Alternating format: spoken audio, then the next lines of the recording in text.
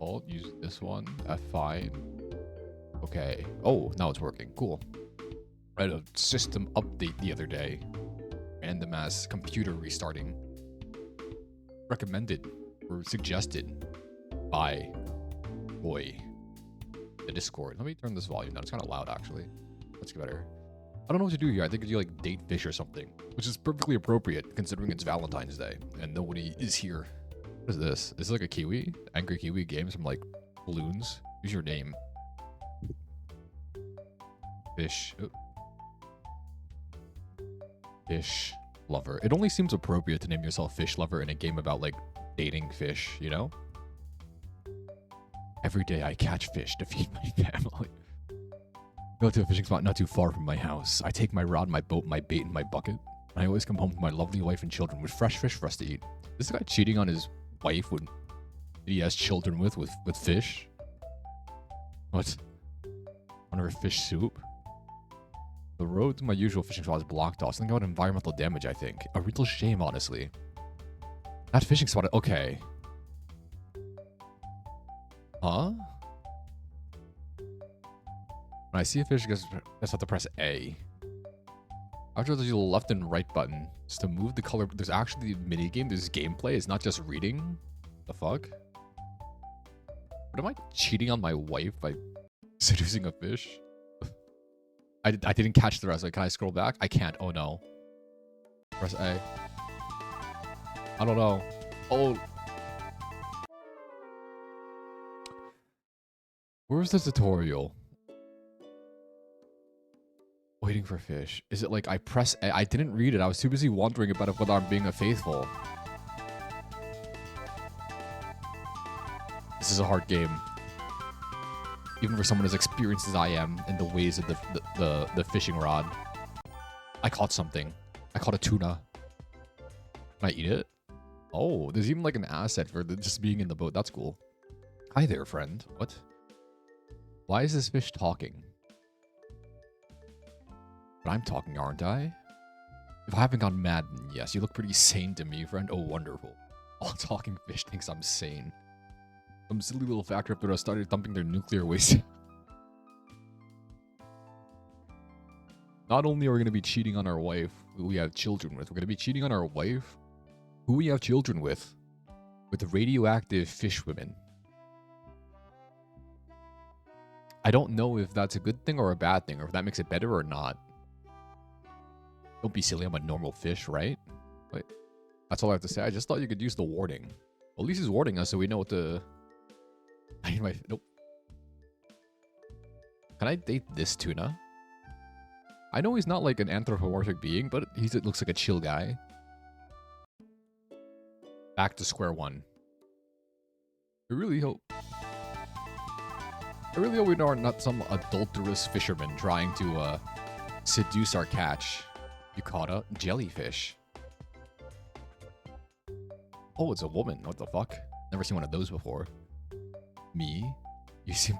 Oh, a lonely human. You seem fairly maidenless. It's very rude of you to fish me up like that. Is he a Joe-sama type? Oh. Ah, very rude of you to fish me up like that. It was very rude of you to fish me up like that. But I am a kind jellyfish with royal blood. Why is she royalty? I guess it's like the aesthetic of the jellyfish with the gown and everything. I don't need your forgiveness. You also grace with my presence for the longest I am so generous. Can we just put a net on this person, or I guess fish, and bring her home to eat? Because people eat jellyfish. I've eaten jellyfish before.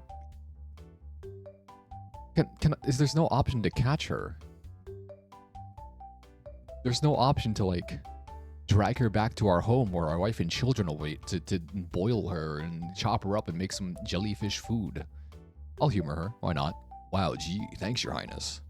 How very kind and generous and thoughtful of you. Sarcasm? Serious or making a fool of me? I'm being serious. I'm a knight of the jellyfish. Or what a name or a title. Does she have a name? You have no idea. You have no idea who I am, do you? Not a clue. At least you're being honest. Princess Aurelia Aquaria Victoria the Fourth. Can we shorten that? If we scroll back, we can like take the first initial of each thing. Paviv. Aviv. That's your grace or something like that. Can we name them? My lake? Your lake? Who else's lake would this be? Be mine, no? The factory of the road has certainly claimed this thing as a dumping ground. I'm gonna catch my dinner. So are the fish trying to like get us to act unfaithful or what? It seems weird to have this as a dating sim and then be like, oh yeah, you have a wife and kids in the first sentence. You know? So you caught me? If I had any control over what got caught on my hook, I would have had caught an actual fish. Aren't jellyfish like sea saltwater animals? I'm a jellyfish of high social standing. I wish you luck in catching something for your family. But I think you should be more careful what you got in your hook.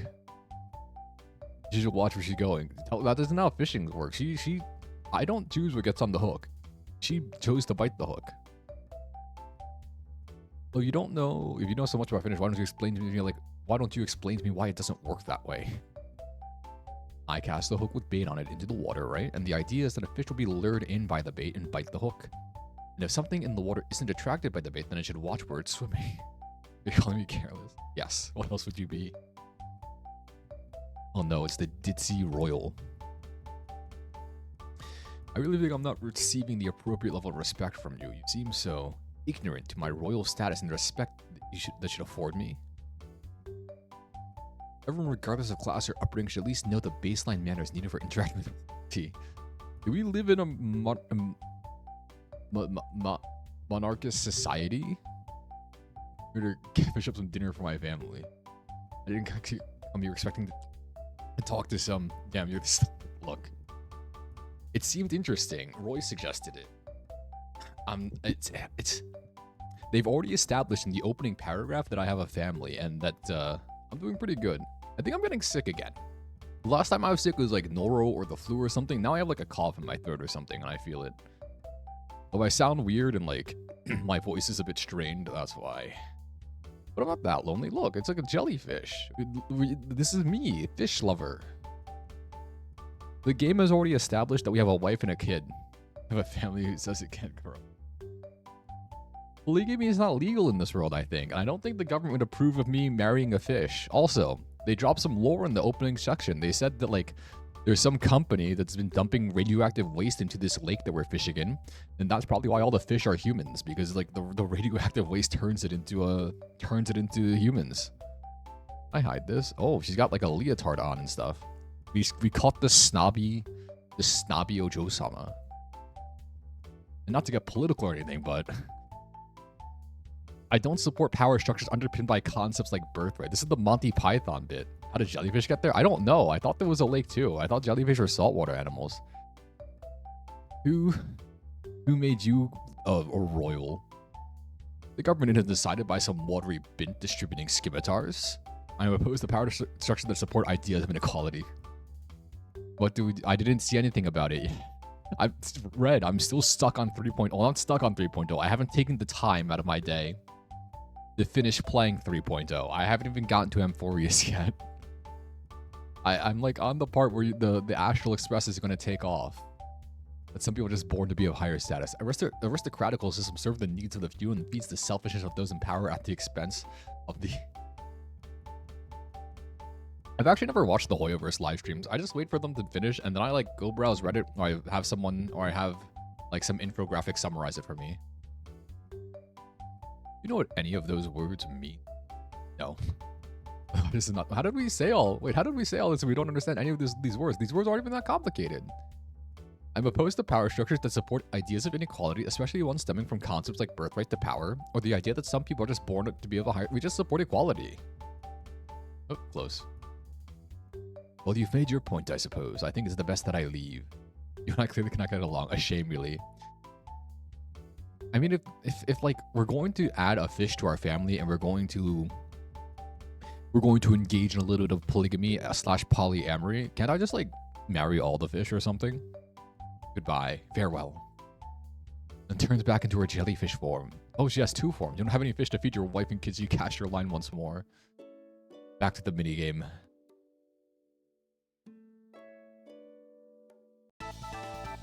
No, catch it, catch it. Oh. Oh. Oh. This is a finicky catching system, honestly.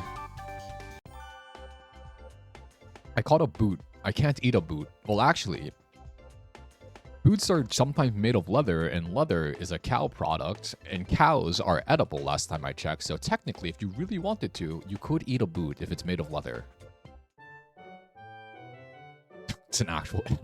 The radiation is turning boots into anime girls now. Oh my gosh, I'm so sorry.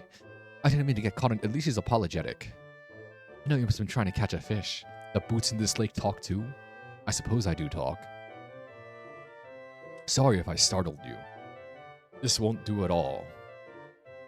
I'm not going to feed my family a talking boot. Why not, though? I really didn't mean to interrupt your fishing. What should I do with her?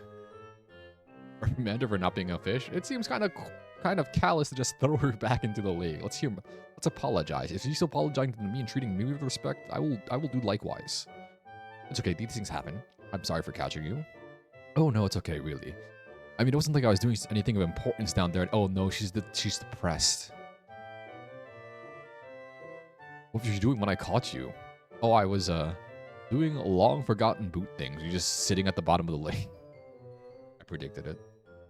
And waiting for something to happen. Not much happens in the life of a boot. You know, I can't eat her, but can I put her on my foot? Can I take her back home in a boot form, dry her out a little bit, and just wear her as a singular boot? That's like a weird thing to wonder, but I do wonder. And the fish in the lake don't talk to me. Not even tuna, and tuna will talk to anyone. Does get kind of lonely. So yeah, nothing about that. She's so depressing. She's a girl failure. It kind of is. How did you end up in this lake? I used to talk to a guy named Johnny. He came to this lake for some work and ended up drowning somehow. She's a dead man's boot. I had a twin too, but she's long gone now. She's kind of depressing. Let me save here.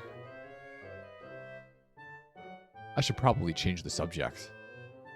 Make small talk about the nuclear properties of the lake. Make some about your favorite type of shoes. No, if I make small talk about my favorite type of shoes, he's gonna get even more depressed. Let's talk about the nuclear properties of this lake. So how's the nuclear waste treating this lake? You know about that? Of course I do. Tastes kind of fizzy. It's also been making the fish go a little funny. Oh, is the spacebar not advanced to dialogue? That's weird. In what way? It's not very nice, honestly. I'm not a fan of it since it's probably really bad for the lake. And everything in it, of course. You seem pretty worried about the state of this lake for a boot. Oh no, she's the doomer. She's the doomer. It's like the depressing doomer GF memes.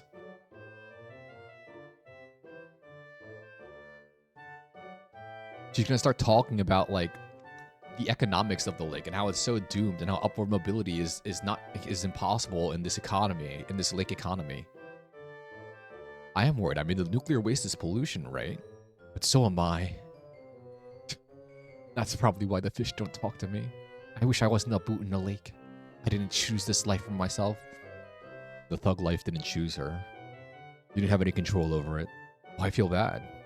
Because I have an effect on the health of this lake, whether I like it or not. Can we just, like, take her out of the lake and bring her home so that she's no longer pollution in the lake anymore? That seems like the best outcome. Nobody's gonna just fish me out and dispose of me because that doesn't directly and immediately benefit anyone on the surface. If she wants to be disposed of, is this boot girl, the doomer boot girl, kind of like suicidal and depressed? That's what it seems like. I'm worthless up here, and a detriment down there. I'm valued nowhere. Damn. I mean, at the very least, I probably would have disposed of you responsibly if you hadn't turned into a person. And now we have, like, the weight of whether a sentient talking boot is, like, its own person. Is it morally correct to dispose of a boot if we know that it can turn into a sentient talking anime girl? Is that morally okay, even if she wants to be disposed of? I wasn't expecting such a deep moral quandary in my game about trying to fill the hole in my heart with fish. That would be better than hurting the lake. But I still wish that I was wanted by somebody. She just desires intimacy. She's just like me for real, for real. Say that sounds like she would be valued ever. That's so mean. Who would choose this option? That's so mean. What kind of tomfoolery, terrible person would choose option 3? This is a clear Option 2, kinda dialogue choice. Say that you hope somebody will value her someday. I'm sure somebody will come across you one day and find value in you. They'll take her and they'll like turn her into something else. For being nice. It's been nice talking to you. But I should probably get out of your way, shouldn't I? You've got your family to feed after all. How does she know about her family? It's been nice. How does she know about her family? You're right. I do have a job to do for my family. I hope you catch some tasty fish. Is she not concerned that, like, the fish that won't talk to her are also semi-anthropomorphic and may or may not have a conscience of their own, and therefore it's more akin to, like, eating a person than eating a fish? That's the question. If you come to fish, you're gonna make sure to stay clear of your hook. Boot gives you a bittersweet smile, then jumps out of your boat. He turns back into a boot, and sinks to the bottom, leaving a trail of bubbles above her. I don't have any fish to feed. I cast my line once more. On A. Oh. Catch. What did we catch? A blobfish. Okay, this for sure isn't in the lake. Blobfish are only, what's it called? Blobfish are like literal deep sea fish. This is for sure not in a lake of any type.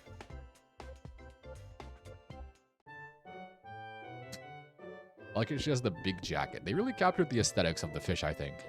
The boot is very brown and booty. The blobfish looks vaguely blobby with the jacket and like the puffiness. The jellyfish seems kind of smug. I can kind of see like the translation of the jellyfish into a royal. Ow. Ugh, I don't feel so good. That's how I imagine the blobfish, what the sound the blobfish makes when it's pulled out of the deep sea. Does she feel bad because she turned into a human? She feels bad because she's in a freshwater lake and she's a deep water sea creature. I don't think blobfish belongs in lakes. They're from the coast of Australia, New Zealand. They're not from coast. They're from like fresher areas, no? Or maybe that one hell land. Tasmania. Isn't Tasmania like kind of close to Australia? Let me look it up. I'm curious. Tasmania. Not Tasmanian devil. Tasmania? Yeah, it's an Australian state. What should I do with her? It's not like I can feed my family a sick fish. I mean, I could. Poker. We can't just throw everyone back into the lake. Oh. Poker, hey you, hello. Takes her a few pokes to get responded. Wiki wiki. Oh. Who? A human. What's up with you? The pressure's too low. Yeah, she needs to go deep underwater. I don't know how any of the other species put up with this lack of pressure. Well, they're not built like you, bro.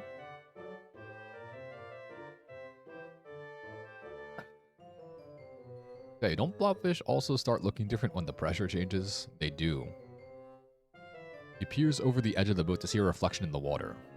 Oh, I'm hideous. That's kind of harsh. She isn't that hideous. All pink and floppy. What does she normally look like then? Do you ever get to see like the blobfish in its natural state? Why do my lips look like that? She just has a triangle mouth. Oh dear. I doubly hate this stupid low pressure. I feel ill and look like death. Hey, you don't look so bad as a person. You know, for a fish that's like outside of its natural environment, depressurized and exposed to hellish amounts of radiation and turned into a cute anime girl, doesn't look half bad. What do you mean? I'm pink. Take her to a vent? We'll be nice. Ah, yes. The most human interaction I'll have today. Talking to a dating sim. Pink is a nice color. It looks good on you. Are you pitying me? No. I just like the color pink. Fine. What archetype does she fulfill? I guess it's like the sleepy girl archetype. Is that even an archetype? The slovenly girl? The sleepy, lazy girl from like Animus? I get why you're certainly not in a good situation. Oh, I'm gonna be stuck like this forever. As a human or a floppy thing or what? A floppy thing. Okay, look, sorry. At least I look a little less pudgy and squishy as a human, but this still sucks. See? This is not too pudgy. Not very pudgy. Actually, not that pudgy at all, if I think about it. I'm sorry this has happened to you. How did you end up in a lake anyways? That's a good question. I don't remember. Did she get kidnapped? I got caught something in the ocean, and I was getting pulled up, so I blacked out. I woke up here. So she was caught, put in the ocean, doing her thing. Gets caught. Dumped into a lake. Interesting. I suppose I woke up looking hideous like this too. Just putting others down to make herself feel. That she takes control of the parts of her look that she actually has a say in. Yeah, let's do that one. I guess there's not much that can be done about some parts. It's best not to get caught up on the things you can't change, don't you think? I feel like I'm like a fish therapist. Accessorize a bit. Look, I know I should be staying out of your business, since I don't know you and all.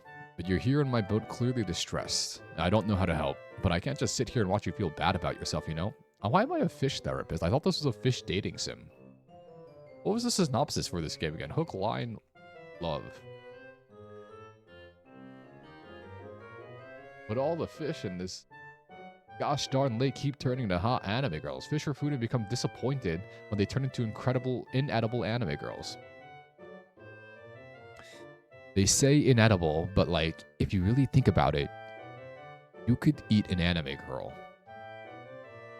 Maybe you'll find love. Why? Are we gonna like adopt them as a daughter, or are they just going to be our new wife, or like some other thing, some other secret third thing that's kind of fucked up? That'll be rude of me. I mean, look, I guess I put you in an awkward position here. I guess the only person who can actually do anything about this is me. Oh my god, she's gonna start taking control of her life. She's grabbing life by the balls. So I'm just gonna go back into the lake and think about this on my own. Is she gonna start like a alpha female self-help podcast now? I'm sorry for the disturbance. I hope I helped in some way, even if it was a little. She sinks to the bottom out of sight. I don't have any fish to feed my wife and kids, so I cast my line once more. Hey. Oh no. Oh no. Oh no. Oh. This finicky fish. Who did we catch now? An octopus. What's that doing in a lake too? Wait, why are all the fish, they're just sea creatures? Why are we even in a lake? We just go to the ocean. Whoa. Is she a chunibyo? She looks like she'd be a chunibyo. I'm a human. I knew I was too smart to just be an octopus. I do know octopuses are like really freakishly smart. That is a fun octopus fact I know. Technically, octopus aren't fish. Another human she recognizes. Hi, fellow human. The Genki girl? You're cute. Oh, she's compliment. I like her. I like her more than everyone else so far. She's not weighing me down with her problems or being snobby. She's calling me cute. It's like 10 out of 10. The only compliment I received today.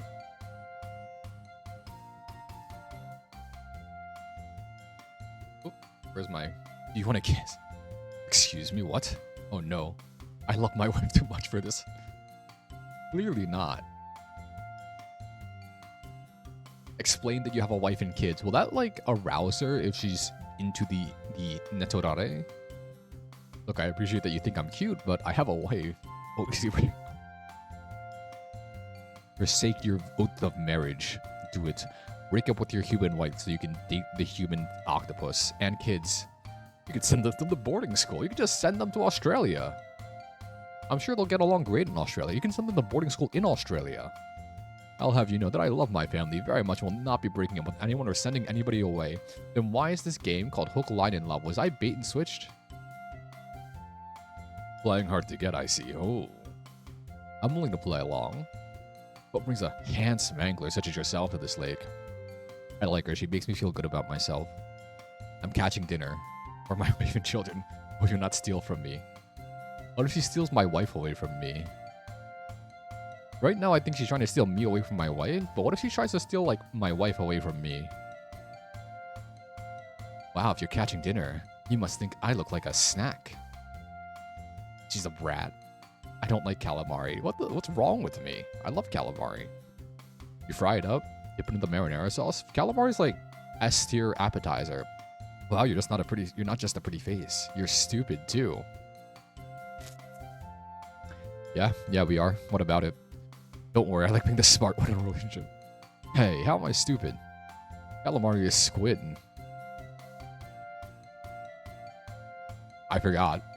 My brain is a bit fried. You should have said you don't like takoyaki or extapodi. What's extapodi? New food, gotta look up. Always down to see what this is. Extapodi? Extapodi? Oh, it's a Greek octopus. Okay. Nerd. But you didn't, which is just so cute. Anyways, I've asked you a question. Your turn, ask me one. What is an octopus doing in the lake? That's the thing that I want to ask. Tuna, I'm pretty sure, is also like a saltwater animal. Is the big gag here gonna be that all the animals we catch, all the fish we catch, are in a lake, a freshwater environment, but they're all saltwater creatures, except for like the boot? Thirsty for details, are we? You literally told me to ask you a question. Well, we didn't have to. I haven't always lived in this lake. I'm actually from up the road. What would the factory up the road need with an octopus? Huh? The aquarium. There's an aquarium. Why is it? Did she escape? I try to take the kids there sometime. I'm so sick of trapped as an exhibit. So she escaped, alright. It was obviously a mistake that I was an octopus. Honestly, I respect it. You were born as the wrong species, so you just climb into the radioactive lake and hope it turns you into a human. So I use my brains and escape. The hoodie's cute. I like the hoodie. Let me check the rest of the design. She's got like the arm bandages. I don't know why she has the arm bandages. I guess it could be like mirroring the suckers. Got like a fantasy type vibe outfit, honestly. I crawled all the way down the road, unsure of what to do. When I came across this lake, I was like, screw it. Maybe I just need a change of scenery. Can octopuses survive in freshwater? I don't think they can. Wow, you're such a great listener. This must be a sign that we're compatible. No, look, I can't keep telling you no because you want to say yes. Yes, please. Where's my yes option? Let me go cheat on my wife with the sentient octopus, please. I'm sure she'll understand. She you know, we can like the wife can have the kids. We can have the octopus. It's okay.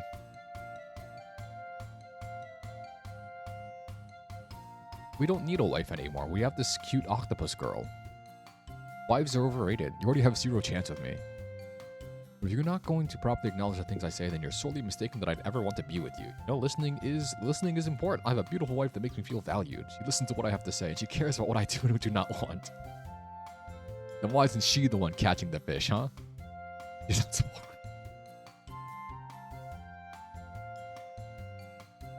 You can't just dismiss someone fawning about their wife and just say she sounds boring. What you're looking for in a relationship is clearly not what I want, so please can you just drop this already? Aw, but I've turned into a human and you're the first human I've been able to talk to. How can I not have feelings for you? That's true, that's true. If watching Japanese rom-coms aimed at high schoolers has taught me anything, it's the first girl you see who will fall in love with you on your way to high school on the first day. Anime lessons.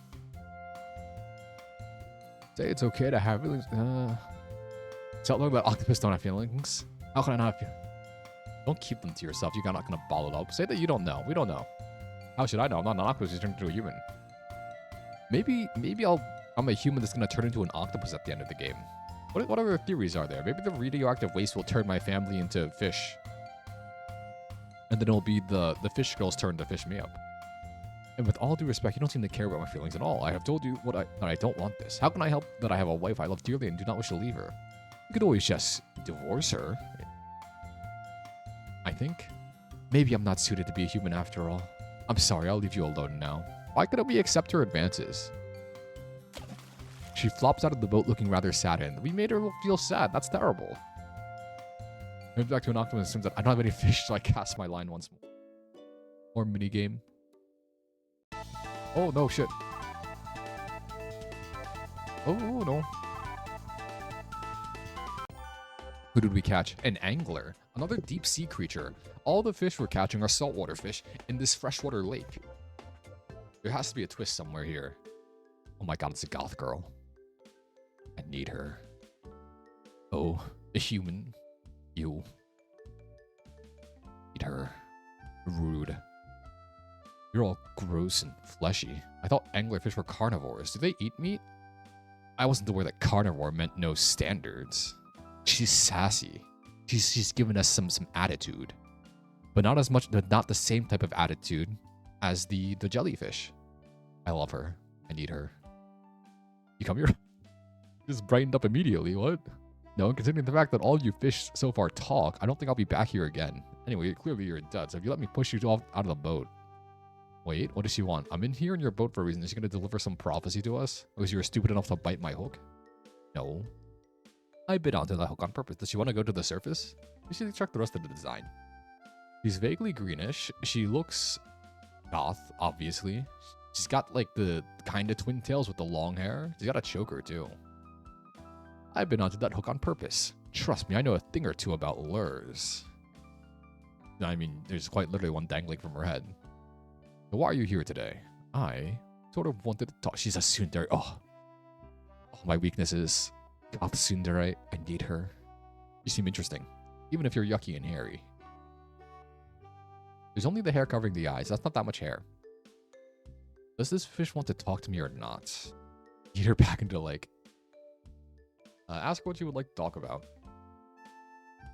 What does she want to talk to you about? Is it true that humans have super pathetic teeth? Honestly, like, in the grand scheme of things, human teeth are pretty pathetic. Like, dogs grow a bunch of teeth and whatever. Sharks have, like, 2 sets of teeth. Primates and monkeys and other things, they have really strong jaws, so they also have to have strong teeth. But humans have, like, comparatively weak jaws. Pretty shitty teeth. Like, they're super short and stubby and dull. Well, they're for gnashing and gnawing. They're the teeth of an omnivore, not the teeth of a carnivore. And not threatening. We have knives for that and guns. We don't have to threaten with teeth. At least I don't look like a mouthful of misshapen toothpicks. She has the fangs. My god, it's hitting all of my weak points. Goth tsundere fanged. That's so mean. Hey, it's fair game. You said I'm gross and fleshy before. I'll have you know that all the fish in this lake fear my impressive teeth. Hear what the small fry in this lake think of you. Sigh. Why don't we call things even and try to be more respectful of one another from now on? Why don't they just... What is the anglerfish doing in a lake in the first place, though? You know? Fine. You have a deal. Thank you. I should warn you, though. It's going to be very hard for me to learn the things I want to learn about humans without being insulting. Did she not learn how to speak properly? I want to learn more about humans, right? And I was wondering what all those hairs of yours are for, but I was saying that I have hair insulting. I called you hairy and it made you grumpy. Because you're using the word to imply that I'm icky. Oh no, she's bad at socialization too. Oh, that's another weak point. But me saying that you have hair isn't the same. She doesn't understand human socialization. Oh my god. It's the socially stupid tsundere goth girl with bangs. Oh god. I need to marry this fish. I need her. I need her to be real. I don't get it. Sigh. Humans are complicated. I don't think this is a very good example of humans being complicated. I mean, it is, no? It's like a social norms and interactions are weird, are they not? We sure can be. Do you think that we fish have anything complicated like that in our world? I wouldn't have a clue. That's a fair point. But considering the fact that you've turned into something that looks like a human, I suppose it may be possible, like... Ask if fish experience relationship drama. Ask if fish keep having their food turn into humans. Ask if fish do taxes. This could be a fair point. The jellyfish girl is like a princess or something. So if she's actually like the ruler of the lake of some type, the lake monarch, the lady of the lake, so to speak, she would collect taxes, no? Oh yeah. The other fish sure do, and you don't. Oh, she evades taxes too. She's so perfect. How is she so the best? Look at these sharp teeth of mine. You don't pay taxes because you have teeth. This is the ideal woman. Goth, tsundere, fanged, tax-evading, socially awkward fish wife. How do I make her real? No. I don't pay taxes because I'm scared and eat the fish that collect the taxes in the first place. Can I start eating the tax? Actually, no. There's not really a tax collector in real life anymore. You just gotta, like, submit everything to the government. Have the IRS sorted out. Can I eat the accountants who work at the IRS? I probably could if I tried hard enough. You humans eat fish too, don't you? Yes, I guess we do have some common ground despite our differences. Truth be told, it can get sort of lonely in the lake. There aren't any other anglerfish, and everyone else in the lake is my prey. Hard to hear that. It's good to be able to talk to someone for once. She's warming up to us, even if we did start off on the wrong foot. I guess I'm just used to my relationship starting as adversarial. It'd be nice to make some more friends. I don't really want to make any friends with my food, though, so maybe I'll talk to the boot in the lake or something. We'll talk to the boot. We're curing 2 people's problems at once. You know, it would be nice if you would come visit in the future. That's if you also enjoy talking to me. Promise to visit. I need her. I will divorce all of my wives and children and make her mine. I'll be sure to visit in the future. You will?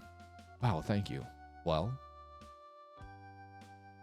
I should probably leave now and let you catch some fish. We all need to eat after all. Goodbye. Good luck. He dives over the edge. She gives you one last look, then swims down to the bottom of the lake. They're always going down. Where are these fish from? We didn't get to ask how she ended up there. Because like, anglerfish are saltwater also. They're deep sea creatures. Why are all the fish we catch deep sea creatures? Except for tuna.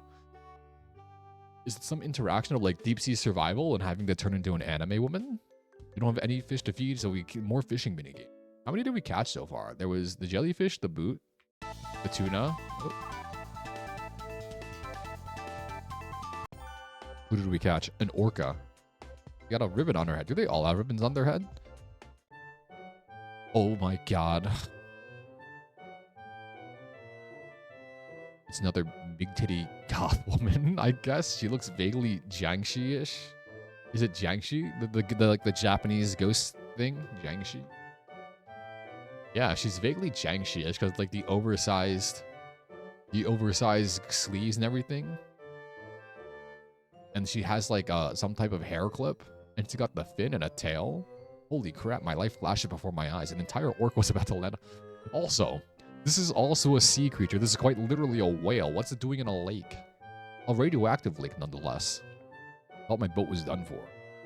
It's a good thing the orca turned into a girl just before landing. How did we have the strength to pull an orca out of the lake? How much does the average orca weigh? Orca, wait. It weighs 6,600 to 8,800 pounds. How strong is this fucking fishing rod we're using? What's like the torque of the net and of everything? Oh my god. How are we? I know this is a game, but come on. I said like rule of cool applies and everything, but still. Oh my gosh, I'm so sorry. I know I'm very tall. Truly embarrassing. I'm not sure if orcas are even edible. Even if they are, they're edible if you try enough. This isn't an orca anymore, it's a person. People are edible. There have been documented cases of people eating other people. Just as an aside. Can you please stop staring? Apologize. We were really nice to her. She seems flustered and like a nice lady.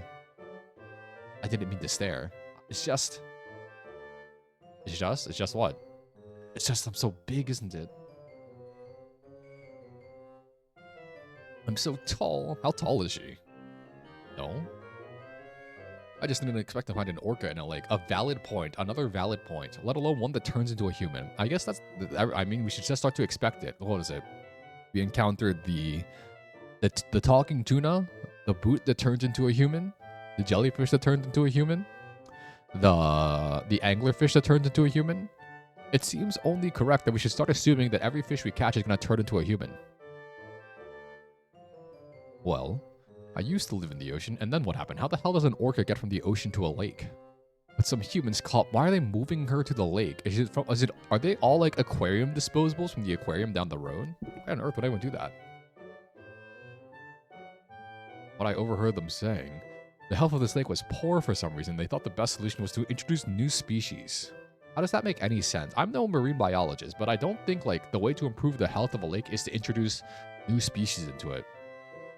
I thought the entire thing, like the entire reason you can't carry like meat and vegetables and plants out of other countries is because by introducing that plant into a new environment, it might cause like some amount of bad biodiversity and where it becomes some type of predator plant, some invasive species. I know that happens with like kudzu, some type of climbing vine plant in the south, I think it is. Jellyfish, anglerfish, orca. Oh, so that's why they're all there. None of that makes any sense. Why would they just dump random animals in a lake? Maybe they are the radioactive waste. But I'm too big for this place. It's so cramped. If only I were smaller. Say that they should make the lake bigger. We stand giant women here. They really should have dug out the lake to be bigger once they moved you here. That's the least they could have done. No, making accommodations like that for me would be silly. I'm the big one here. I'm the problem. Why do all these fish have such low self-esteem? Regardless of who's the problem here, though, it doesn't change the fact that I'm out of place in this lake. Or a bigger lake. This is where I am. And for where I am, I'm just too large. It must be hard. Yeah. Apologize on behalf of the human. Say that her self-worth should be a separate matter, though. We have to lift these fish up. We have to lift these fish and give them the positive reinforcement that they need. If we can't marry these fish, we will be like a dad to the fish. We will adopt the fish.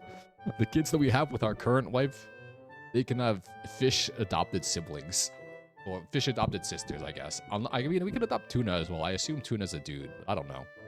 I shouldn't guess. I don't really know which one it is.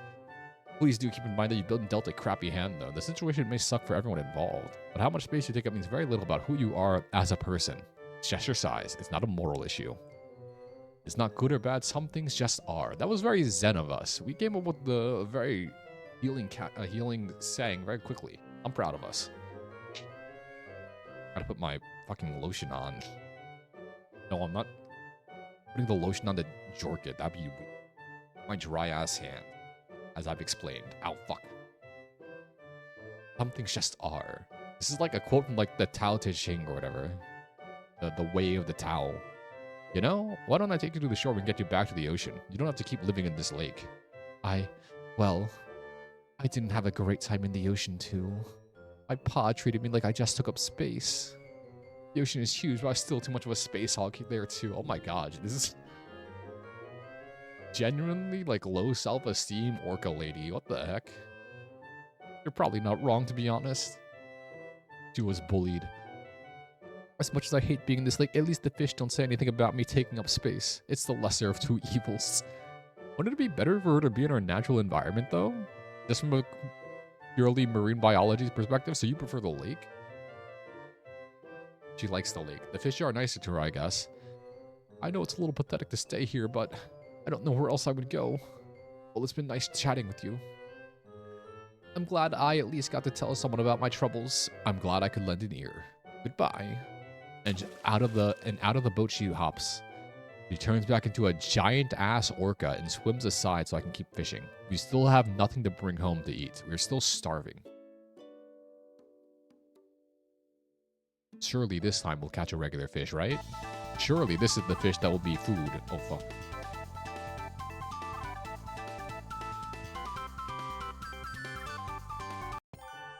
I peer down into the water. It's late and all the fish I've retreated. Every fish I caught today turned into women, so I had to let them go. I came to the sad realization that I will be bringing home no fish home tonight. I row back to shore, pack up my belongings. Into my ute? My ute? What the hell is an ute? I gotta know. What the hell is an ute? Oot. Oh, it's this game made by an Australian person. What the hell? It's an Australian term for a pickup truck or utility vehicle. It's a ute. A ute. What are they doing with like these what's wrong with these Australian fish walking around being humans? As my house comes into view, I can't help but feel like I've let my family down. I park my car and enter my home. My children are excited to see me. My wife divorced me because I couldn't bring any fish home, and so we have to go marry one of the fish instead. My beautiful wife greets me with a kiss.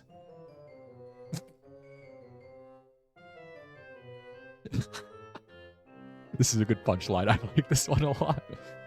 You reject the advances of all of the fish so far, only for it to be revealed that your wife is a fish.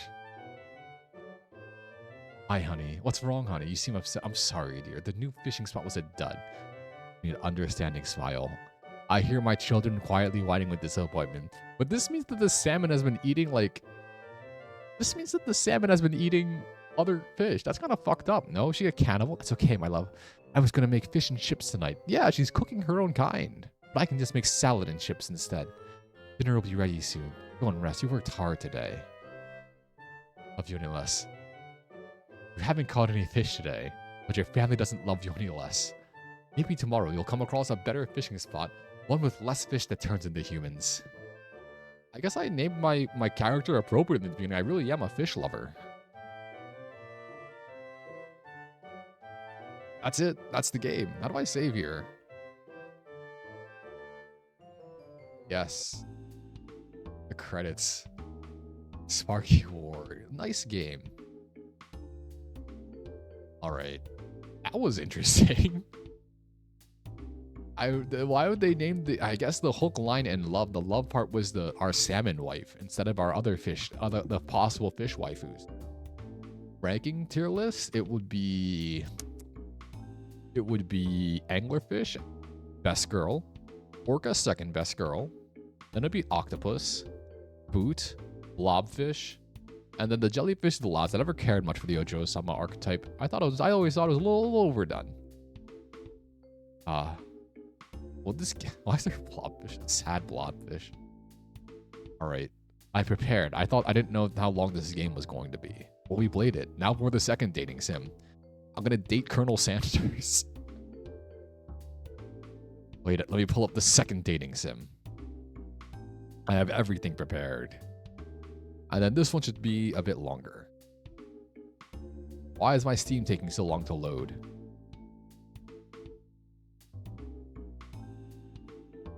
Weekend deal. Oh wait, there's a weekend deal. Hitch dive missed.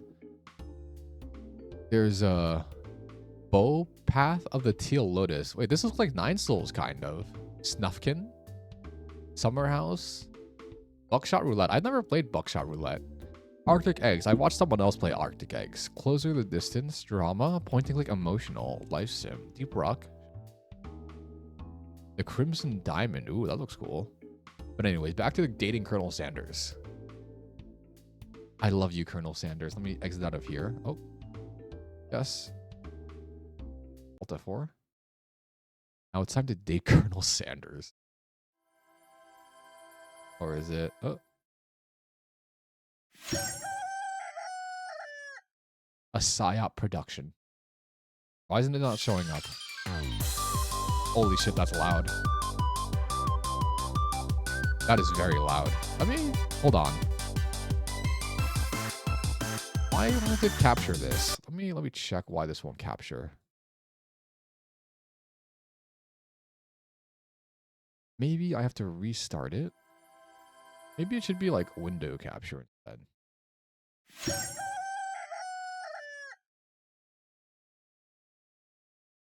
Why is this not being captured? Oh, here it is. Is it showing? Here we are. We're gonna date Colonel Sanders. Why is this so high quality? This was a free game. I paid 0 money for this.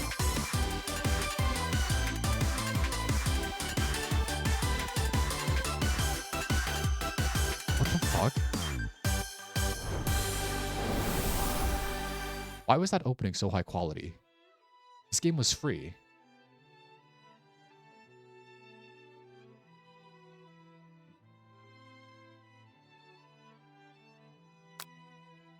That animation was cool as fuck. What the hell? Let me make sure. Prioritize quality, prioritize speed. I'll turn the master volume down a little bit. It was a tad loud. A tad loud. A finger-licking good dating sim. Back. My KFC date. My KFC love. I've always liked the man in uniform. Colonel Sanders. Do new game. Tell us your name. What could we name ourselves, actually? Could I name myself, like, Ronald McDonald? Could I name myself, like, Wendy? Welcome. I could name... For maximum confusion, I could just name myself, Colonel Sanders. We'll use the real name. For maximum immersion. This fried chicken looks so good. Wait, hold on. Where's my settings? I like to make the text speed faster. Master volume, prioritize speed. There's no text speed fast. I like making the text instant when I play visual novels. The world is peaceful and serene. You could stay in the moment forever. Who the hell are these people? Is this a boy band? Or you could wake up right now. Now. Your first day of culinary school is no time to sleep in. We have to make a good first impression. The Colonel is a military man. The Colonel Sanders is a military man, hence his rank Colonel. We need to be on time to impress him. Lying in bed, you stare at the ceiling, thinking about everything that awaits you. At the prestigious University of Cooking School Academy for Learning, your mind begins to wander. Who will be there? What will you cook? What should you wear? Time begins to fly by, and you find your imagination getting away from you. We need to daydream. I need to think of my future with the Colonel. It's here, finally. Your first day of culinary school. So many dishes to prepare. So many students to make. We're going to be making fried chicken only. We're going to become a fried chicken specialist. We're going to get a PhD in fried chicken. You know, I've always wondered, why is the degree after the master degree called a PhD? I know it's like philosophy, doctorate of philosophy, whatever. But why is it a doctorate? I know it probably has some Latin word, but can't we just like from the master title naturally extend it to become, you can become a grandmaster? If they had offered me the option to like either get a PhD in math or become a grandmaster in math, I would have actually like studied for the GRE, took my classes more seriously. So then whenever I go outside and people have to address me, they'd have to call me grandmaster. You know? If you get a doctorate, people call you doctor. If you get a grandmaster title in some type of academia, you should be able to be addressed as grandmaster in public, or people should have to address you as such. Your mind is swimming with possibilities when you realize you're running late. You grab a biscuit and burst out the door in a delicious, just what you needed to wake up those taste buds. I'm going to be real. I've always been more of a Popeyes guy myself. Yikes, you're in such a hurry, in fact, that you forgot to put on any deodorant before running out the door. You're sweating buckets as you rush to arrive on time. Joke's on you. I've got like the gene that gives you the dry earwax and makes you not smell. Aha. Standing in the quad, you gaze upon the magnificent University of Cooking School Academy for Learning. That is the most visual novel-esque title of a school available. Oh, I missed it. What happened? Where's the history? She's the most adorably awkward person you've ever met, and you absolutely love her for it. Good morning, Ryush. Are you excited for the first day of the rest of our lives? Actually, because I sure am. Excited, a little nervous. Okay, a lot nervous. It's just that this morning, I made breakfast for myself, but well, when I ate it, I couldn't taste any love in the food. What if I'm no good? What if I fail? Classic Miriam, raised by MasterChef parents, she's always held herself to a very high standard. No, this is like the academic pedigree. She's the academic pedigree kid. She has to be the best in her class. She has to be the valedictorian. Otherwise, her family's gonna be disappointed in her. Ever since we were little babies playing together, and you rescued me from that quicksand box, huh? It's been clear to me that you're the most loving, caring person I know. You're going to do great. The University of Cooking School Academy for Learning's famous 3-day only semesters. 3-day only semesters? Excuse me? Wait, I'm assuming there's 2 semesters, so that's like 6 days. There's 2 semesters per year, or per academic year. So you're done in what, like 24 days? You're in the prestigious University of Cooking School Academy of Learning for only 24 days? Literally shorter than the month of February. A sweet girl, Miriam has always had a flair for the dramatic. This summer, she got so nervous about her first kiss that she shipped her to practicing on a mannequin. Who'd she kiss? Let's get some gossip. Let's get the surroundings. It's hard to see Miriam like this, frankly, quite exhausting. Rather than dwell on her anxiety, you try to change the subject to something more interesting. All summer, you've been hearing rumors about a dreamy, enigmatic, mystery student who is enrolled at the school. A military man, if you will. Yeah, that's a little worrisome, but you'll be fine. Now, what about this mystery student we read about on the school message board? Any new deets? Oh, get this. I heard his name is Harland. Wait, that's actually his real name. What the fuck? I'm pretty sure it's actually Colonel Sanders' real name. Harland Sanders. Yeah, he was the American businessman. And he's no ordinary student. They say he has powers. He's had them ever since he was born, from an egg. An egg like a chicken? Don't be ridiculous. That thing about having powers would line up with some of the other rumors I've heard. Like I heard he once fought a bear with just his smile. You both sigh, thinking about a student so handsome that the laws of physics don't dare to apply to him. Dreamy. Before you can get another word out, you're rudely interrupted when someone smacks your books in custom-engraved measuring spoons. Custom-engraved measuring spoons? What about like our custom knife? I thought all the cool chefs had like a fancy-ass knife as well. Hey. It's...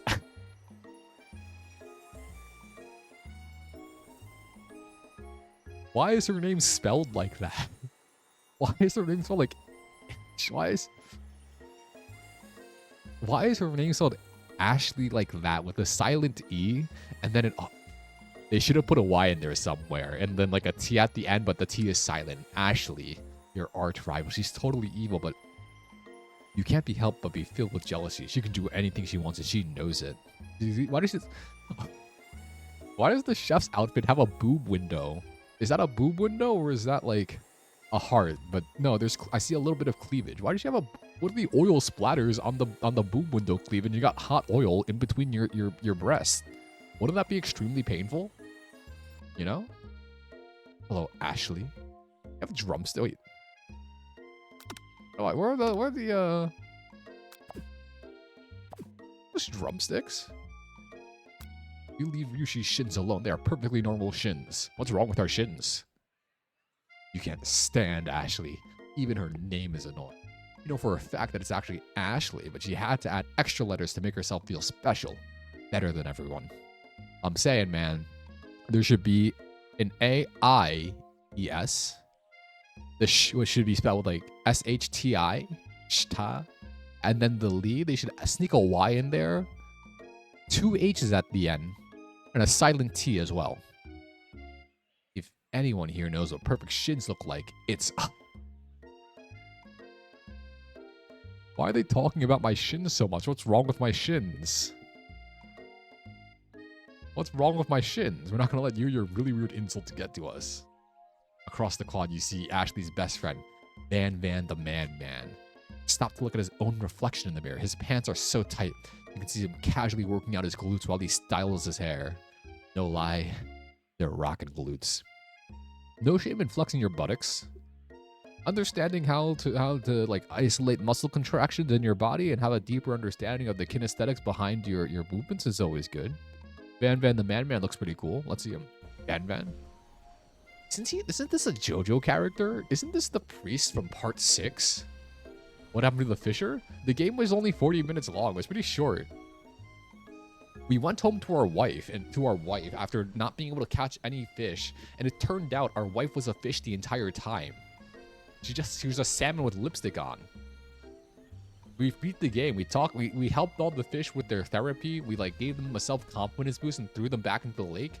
And then we went home to our wife and kids, but our wife was literally a salmon. They pranked me. So now we're playing Dating Colonel Sanders. This is quite literally a JoJo character though, is this not? Who is he? He's like Poochie? Poochie JoJo? Yeah, this is literally Poochie. I didn't even read JoJo and I know this. Honestly though, the fish dating game, it would have been nice if I could have divorced my wife and actually married one of the cuter fish. No shade to my salmon wife. But like, she didn't turn into an anime girl. She's just straight up a talking fish. And you rang. Why does he repeat the words twice? You've never been sure what their arrangement is. Holy shit. He's got the belt too. This guy is like, Rams hates fish. I don't hate fish. I actually enjoy salmon. I don't hate salmon. I like salmon. It's probably the fish I eat the most of. You've never been sure what their arrangement is, but as long as you've known them, Ashley and Van have been just as close as you and Miriam, but substantially more devious. This is just like basic anime villain girl with the boob window. Why does the boob window have a heart? Is that another JoJo reference? Is this a reference to, who was it? Giorno's outfit in part 5? That would make a bit more sense if the enemies are just like JoJo references. When was this game made, actually? I love you, Colonel Sanders. Game. Is a dating sim developed by PsyOp. The game was commissioned by the restaurant chain KFC. Released in... Wait, this was commissioned by KFC? Wait, this is an official commission? This isn't like a fan prod? What the fuck? The release of the game follows the reintroduction of Colonel Sanders into KFC's marketing campaigns in 2015 and is part of the company's strategy to make the Colonel a part of pop culture, reimagining the historical figure for modern times. The game successfully received public attention due to the can you believe it premise both before and after the... Wait, I thought this was like a fan project.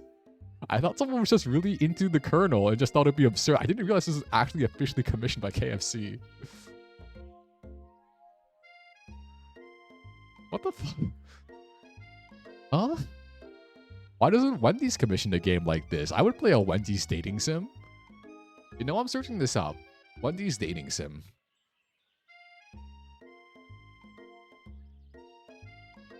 There's a fan-made one. A dating sim where you try to date the Wendy's mascot. Wendy's has a new tabletop RPG. What the hell? Wendy's has a strategy RPG? They released a strategy RPG which was to put a stop to the evil reign of Ronald McDonald, but as an evil clown. I love fast food. Fast food is my one true love. You thought my one true love was anime girls and fish? No, it's fast food things. Phase 1 is Trippy Yunli. Phase 2 is My Day and Hua Hua.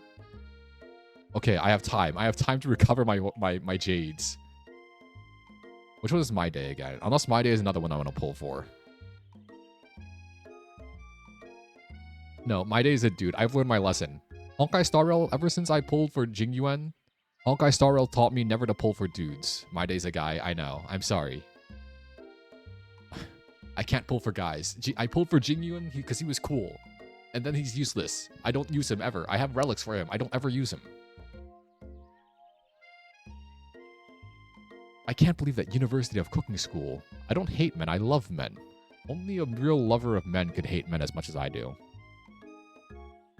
I just been burned. I've been hurt by men, you know? I wanted Jingyuan. And I pulled for him, and then he was useless meta-wise. He had like one good MOC, and that was the one there where like Hoyoverse tries to make the banner unit shine. Am I saying all? No, not all men are the same. All the Honkai Star Rail men are the same. And then Hoyoverse has the audacity to name a villain Kevin. Terrible name. I'm sorry.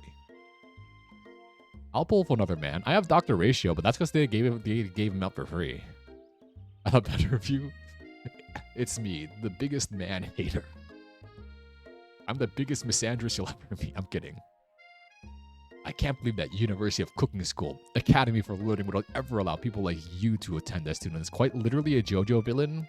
Impossible JoJo reference. I know, right? You'd think they just hand us our diplomas now. That was a good comeback. Or maybe hire us on as professors. You amateurs could learn a lot from us. With the first day of school about to start, there's just not time to properly tell these two off, though you resist the urge. Let's go, Miriam. See you later, losers. What the fuck? Who is this kid? As you approach the door, you see a goofy-looking kid pushing hard against the window directly next to it. Just fart? Is his name Pop? I think it's broken. This is Danganronpa? This is like a KFC. Someone on KFC knows is a weeaboo. 100%. I never played Danganronpa, but maybe I don't see the reference, so you're gonna have to point it out to me. You reach forward and easily pull the door open. That should do the trick. I love you. I think you mean thank you? My name is Pop. I was named after my Pop. He's old.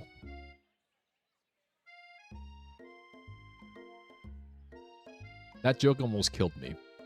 Got my throat acting up. Look up Danganronpa Hope's Peak High cast. Alright. Danganronpa Hope's Peak High.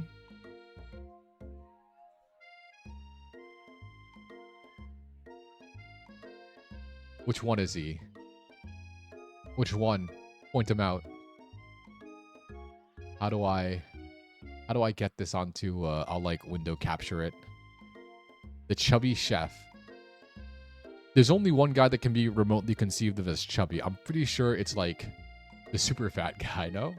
I guess this is a Danganronpa joke. Did someone like this also be a student at the school?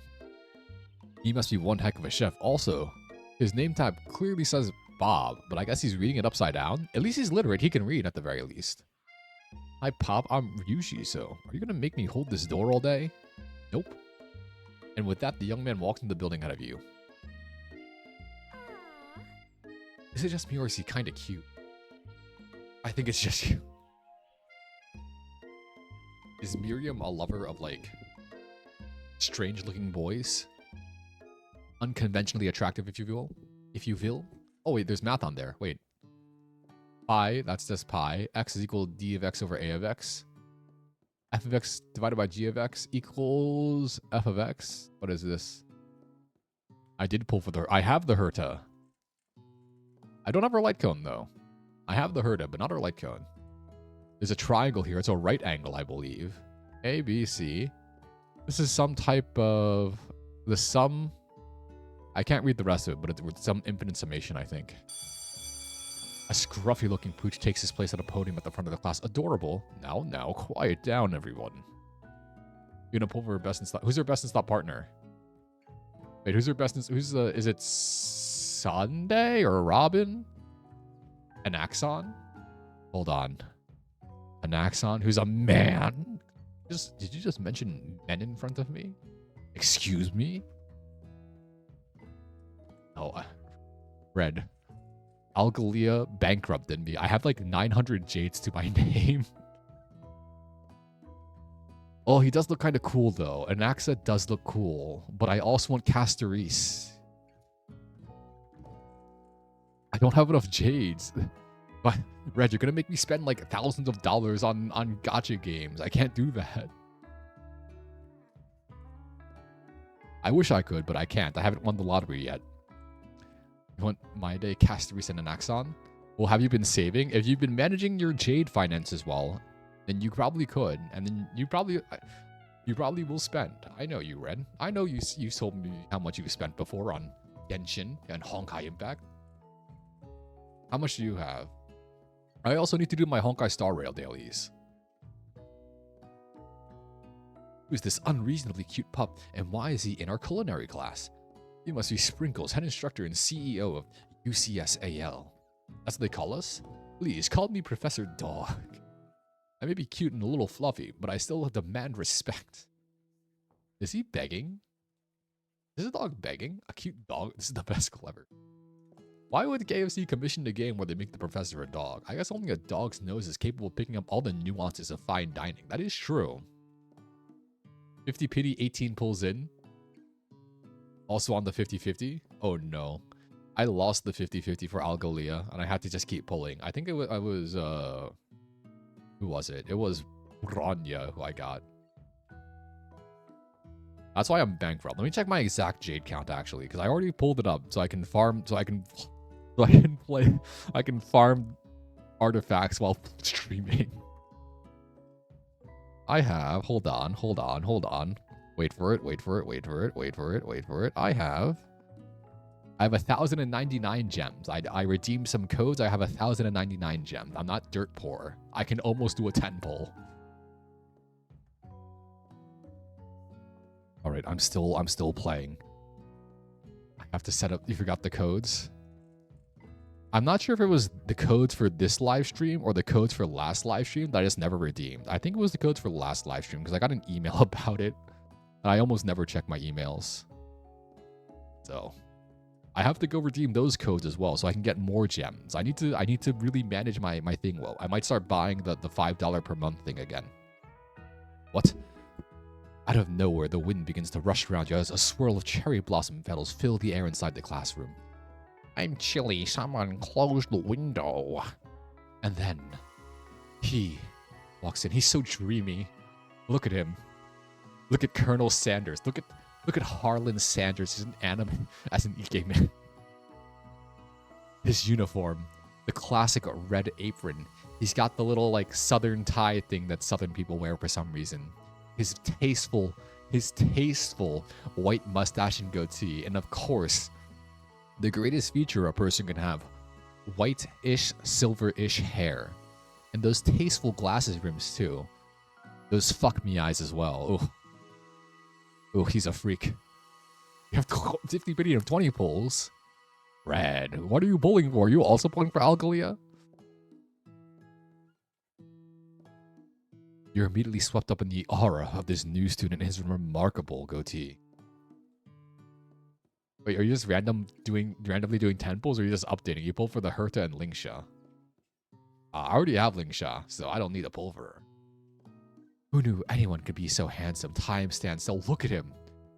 His slender grabbable waist. His slender grabbable waist.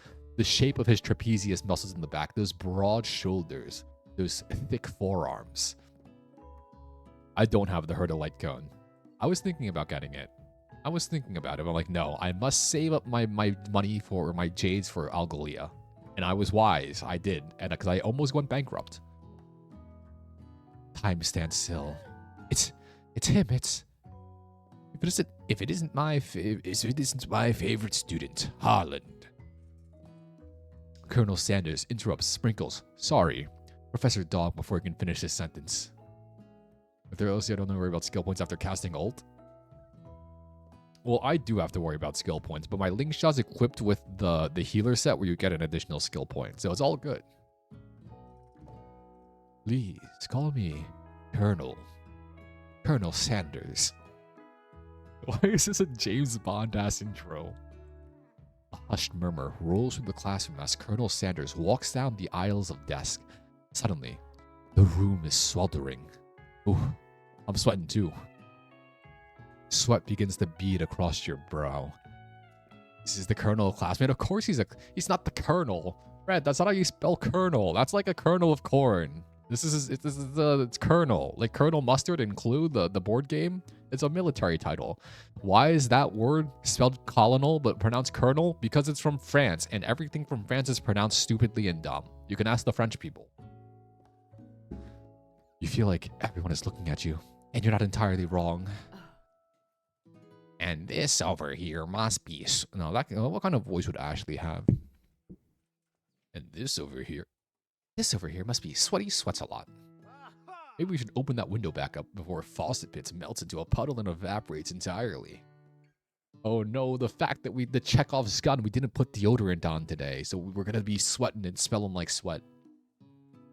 You think the Colonel would smell my pits and like it? You two both know my name. We were in the same kindergarten class, and what is with all your really weird insults? You turn to find Colonel Sanders standing right in front of you. Colonel Sanders, beautiful angel that he is. You can really tell this is KFC propaganda. I'm for it.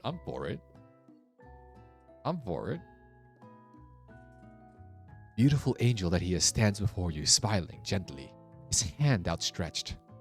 Oh, howdy. This classroom gets hotter than a Kentucky fryer. Please. Look, I don't know what voice to give him. I want to give him an Ikemen voice and like a southern accent, but I can't do a southern accent. You know who's best in slot with Castoris? I do not. Who's best in slot with Castoris? Please let it be someone I already have, which is like Lingsha. My day. Stop trying to make me pull for men. I've fallen for Hoyoverse's lies before.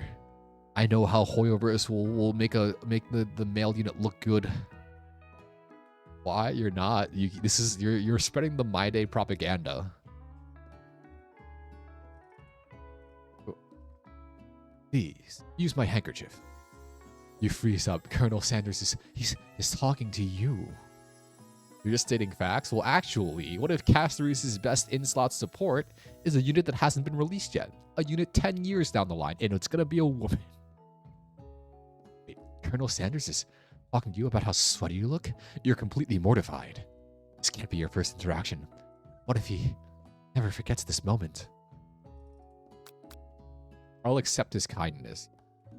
I don't want to seem like a beggar, but you know, it's rude to be sweaty in front of such an attractive man. Look at those. Look at this forearm. How does his forearm get so pumped? What the hell? His hands are so large too. He's got those big ass yaoi hands, and he's got a watch on.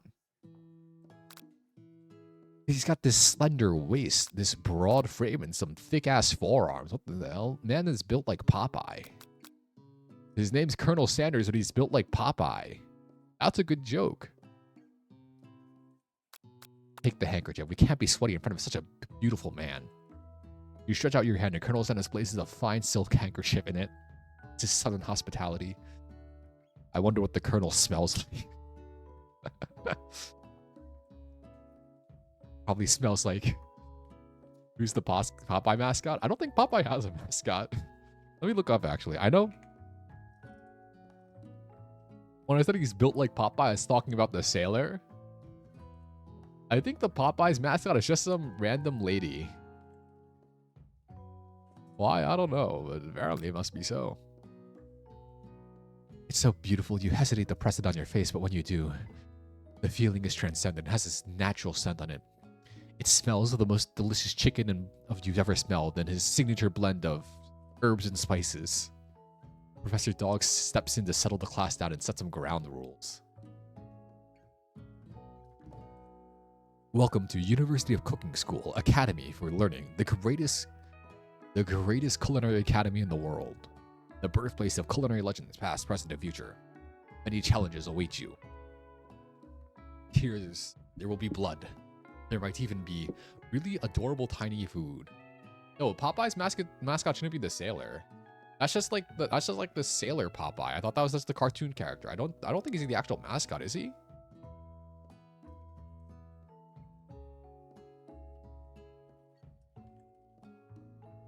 Many challenges will await you. There will be tears. There will be blood. There might even be really adorable tiny food. Wiki says it's the sailor. Oh shit! Oh shit! One guy romance Popeye. I know he's like dating Olive Oil or whatever her name is. Oh.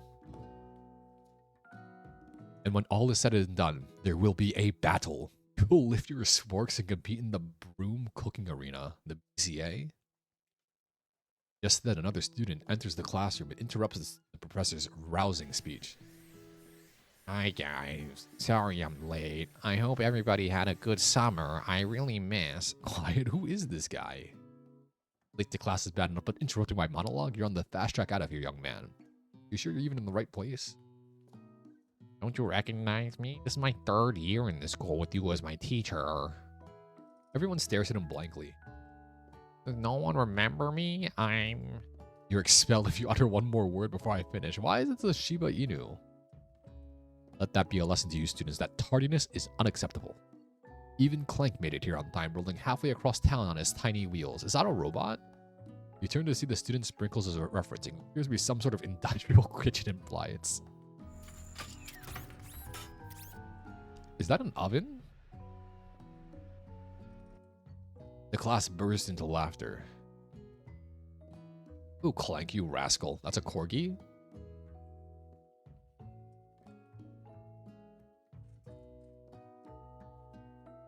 Can we pretend that I said corgi and not Shiba Inu? I'm not a very smart person, Red Eye. I don't know my dog breeds very well. It's dog shaped and he's like kind of short and stout. From a certain angle, from a certain perspective, if you close both your eyes, it could be a Shiba Inu. You never know. Oh, Clank, you rascal. Sprinkles walks into the classroom as everyone stands in silent obedience. When he gets to, he lifts his nose into the air and takes a deep sniff. Oh my god. Shibas are much taller.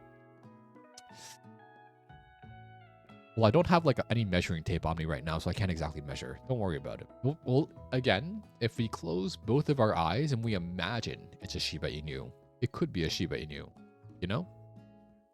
If we all collectively agree that the Professor Dog is a Shiba Inu, who's to say that we're wrong?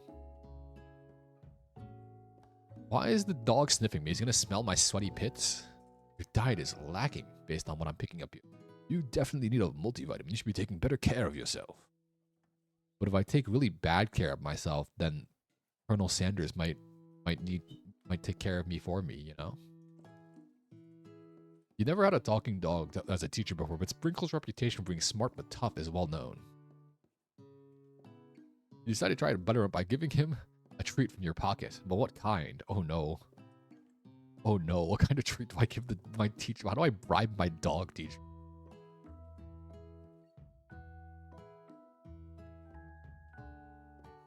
If I give him a chicken snack, it won't have a bone in it, right? I know dogs cannot eat chicken bones because they'll splinter and like the dog will get hurt. I imagine a rubber ball is nice. Beef might be the surefire way, but this is a game made by KFC, so they might be sneaking in a little chicken propaganda. That's my thinking, at least. You reach beneath your apron and return it, because it's a fried chicken game. That's my line of thinking. Also, we need to really reinforce the fried chicken agenda. You reach beneath your apron and return with a chicken snack in your hand. Sprinkle's eyes go wide as he locks onto it. His favorite. We knew it. We knew it. KFC would never resist putting in a little fried chicken propaganda. Well, well, well. I think there might be some competition for a new star student. The furry professor immediately devours the snack, leaving your hand slick with a coating of warm doggy drool. That is kind of gross. That is very gross. You see the other students eyeing you jealously. Pay no mind to them. If they want this to succeed in life, they should have learned the importance of carrying a range of dog treat flavors on them at all times. You're well prepared. Settle down, young chefs. Take your seats and prepare to have your minds open to the amazing possibilities of culinary creation. As everyone rushes to their favorite seats, you're left standing at the front of the room. Only two options remain. There's still a seat here. It seems that no one has claimed the seat next to me if you're interested. Do I sit by my best friend? Or my husband? Who do I sit next to? I feel like Colonel Sanders would appreciate loyalty to the friend, but I would appreciate being with Arlen. He brought no books, pens, or pencils. However, his perfect upright posture shows off a seriousness that makes you confident in his desire to learn. What is he going to do? He's going to like take out some KFC gravy and start writing on some fried chicken with the gravy? Thanks for offering me the seat. I've only had 2 rules. Do all you can and do the best you can. Get the feeling of accomplishing something. That's so inspiring. A little off topic if you ask me, but okay. As soon as you settled into your seat, the professor makes an announcement. Think fast, it's time for a pop quiz. Yay, a quiz about me. Yay, a quiz about me. This incredibly important and surprisingly short quiz will tell me if you're ready for life at culinary school. Keep your knife sharp and your focus sharper. Here comes question number 1. What are these angry-ass eyes? If train A is traveling to point B and train B is traveling to point A, how important is it to wash your hands before cooking? Extremely. That's right. Forest is the tree. Chicken is the feather. A forest is made of trees. A chicken is made of feathers. That's right. What is the most efficient eating utensil ever created? A spork. A spork. Because KFC is pushing the spork propaganda also. That's right. What food is best for a broken heart? Anything as long as it is prepared with love and not too much salt. Camel meat. A pancake that looks like a silly face. Prepared with love. That's right. Is Sprinkles a good boy? He's a talking dog that teaches at a culinary school. He's the best boy. That's right. My total score is perfect. 5 out of 5. That was pretty easy. That wasn't that bad. Wow, be honest. Did you cheat? Of course not. Watch you tally your score. He's impressed. I know we just met, but I have to confess. I think you have a beautiful brain. That is a psychopathic compliment. Who the hell is going around saying, I think you have a beautiful brain? That is weird as hell, no? Am I the only one that thinks that? I can't be, right?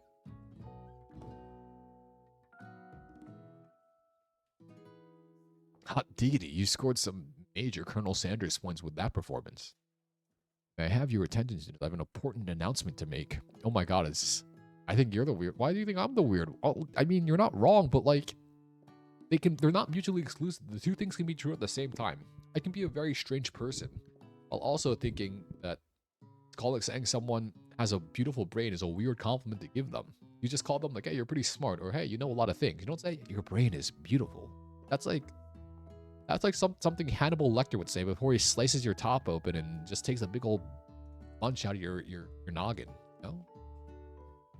I have your attention. I have an important announcement. It's time for lunch. Ooh, lunch at a culinary school. The Stewart Cafeteria, established 2015. I'm never not weird. It's one of my defining characteristics. There's an aura of strangeness and eccentricity about me. You know? The cafeteria is as nice as any restaurant you've ever eaten at. It makes sense that a school dedicated to cooking would also be as serious about eating. That does make sense. A delicious fragrance wafts through the room and tickles the end of your nose. Your mouth waters. You smell that? That must be our lunch. It smells crazy good. Everyone, can I have your attention, please? Is it about lunch? I just wanted to apologize for my tardiness. See, howdy folks, I'd like to make an announcement. Hey, it's about lunch. Everyone cheers. Did he make everybody lunch? But shh. Lunch. He said shh. In honor of the new semester, I've prepared something special to share with everyone for lunch. That must be the smell I smell. Indeed, that smell. You hold your breath, waiting to see what food this mysterious student has created.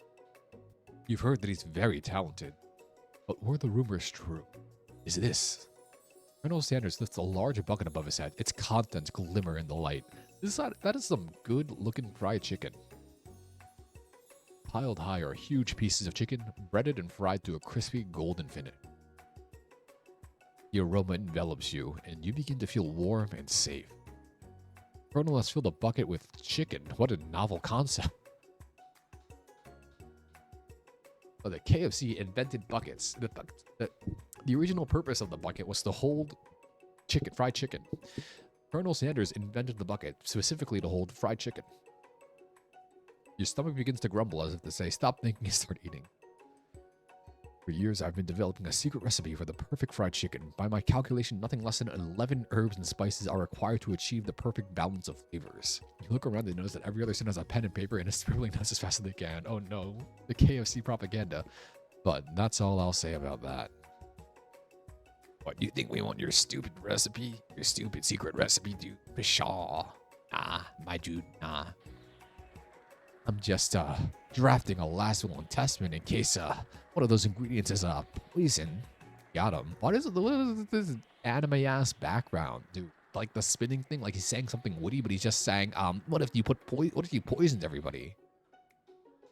He looks around nervously to see if anyone else is laughing at his sick burn. You wait to see what zinger Ashley has prepared to follow, but she suddenly has a different approach. Yeah, not just like writing in my diary. You're both tsunderes. Why did you have chicken thighs on her actual thigh? Today, I smelled something beautiful. I knew at that moment that only the hands of a true gentleman could fry chicken so tender. She's smitten. She wants him just as badly as we want him. He's not only our arch enemy, but our rival in love. You can see her body language change from bitter and evil to sweet and innocent as she slides closer to Colonel Sanders. That whore. She wants my precious Harland. This harlot wants my Harland. She realizes that she is destined for greatness and fame with cooking skills like this. She's a gold digger. She wants his 11 herbs and spices. No. This foul creature. This harlot, this lady of the night. Oh, please. Well, Van the Manman, if you don't want any, I'll take it. I guess I'll try it. Easy now for everyone. Please, my fellow classmates, dig in. Oh. You take one of the pieces of fried chicken out of this bucket and see. It's amazing. Tasting Colonel Sanders food transports you. Oh no. They're doing the Shokugeki no Soma thing. Our clothes are going to explode off now.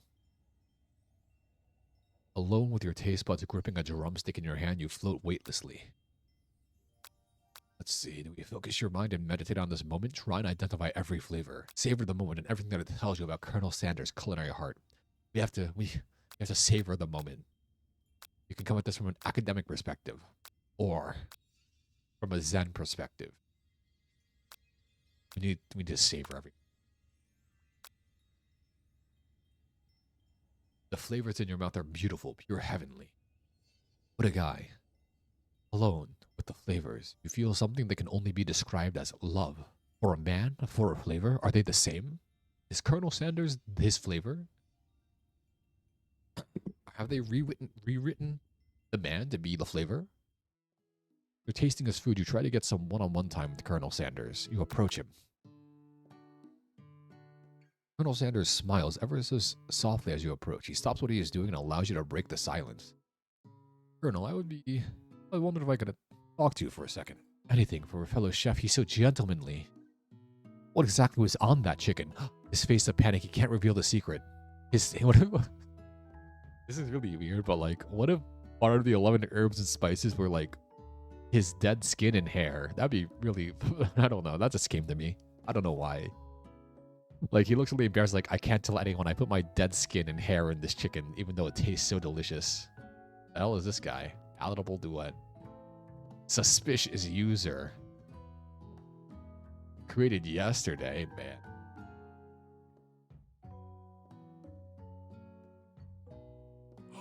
Oh, how bold to come out and ask. He likes it. It's an idea. Oh, does he have a cane? Where did he get this cane from? In this character introduction, he didn't have a cane. It's an idea I had for a new combination of flavors that will make me my fortune. That will make me my fortune, establish my legacy for all time as I open a chain of highly successful fried chicken restaurants. No big deal. No big deal. This is just the 11 herbs and spices that are going to grant me riches beyond your wildest comprehension. No big deal. It's just you and me here talking. I can keep a secret. In fact, I got some of my own I'd be willing to trade. Oh no, we're trying to like exchange secrets so we can get closer to him. And then we can steal his formula. What's the rush? The semester's only getting started. We've got 2 more whole days to get to know each other. He's clearly not going to give it up easily, but it doesn't hurt to be persistent. You know what they say about secrets, Colonel. Shouldn't learning be fun? You've got moxie, I'll give you that. Colonel Sanders looks both ways to make sure you're truly alone, and then leans in. You can feel his hot breath against your ear, tenderly caressing it, as he whispers, just one ingredient. You can't tell. I use... Oh, wow, I never would have guessed that. In fact, I'm not even sure where you'd guess all you searched. He uses what... What does he use? What does he use? He uses, I don't know. Cyanide? He puts bleach in his chicken. Actually, no, because I would know where to find bleach. It would be some exotic... While you're wrapped in that huge revelation, notice that Colonel Sanders has disappeared. While everyone else is still in the cafeteria, you decide to look for him. You find Colonel Sanders outside standing in the quad. Oh, it's you again. Howdy. Sometimes I like to come outside and look at the school buildings. I think about how my story will continue on after I've graduated. It sounds like you have big plans. He does. I dare say the biggest. I will leave my mark on this world. This is like a villain speech, but like the opposite of a villain speech because he's also a romantic interest. And he's also like kind of the hero of the story. I guess this is just the hero speech then. You can bet on that. Alone together for the first time. You figured now is the perfect time to show your personality to him. Wow him with a big idea. To add an additional ingredient. Nag him to show your own strength. Be modest but thoughtful. He has grand ideas, but we have to foil that. We have to be his foil if we truly want to be his lover. If we want to be Colonelette Sanders, or Colonel Sanders' Mrs. Colonel Sanders, or Mr. Colonel Sanders' husband, we have to temper his expectations with a little bit of modesty while still being thoughtful. That's my approach here. Well, I just wanted to tell you that I really enjoyed your food. Now you've got his attention. He likes it when we like his food. The flavors were complex but comforting. The interplay between salty, savory, and peppery was perfect. I appreciate the compliment. I'm sure you'll be a big success. I know we've only met today, but I'm starting to get the same feeling about you. He loves us. You've captured his heart and his imagination.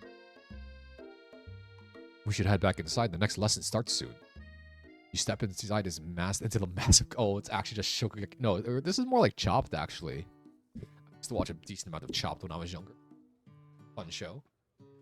Oh, fuck.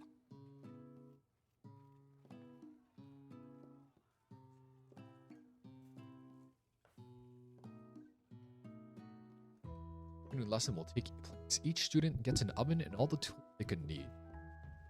Look at this place. It's magnificent. Finally, we've got to show our stuff. Wait a second. Oh no, we have to show our stuff. What if I totally blow it?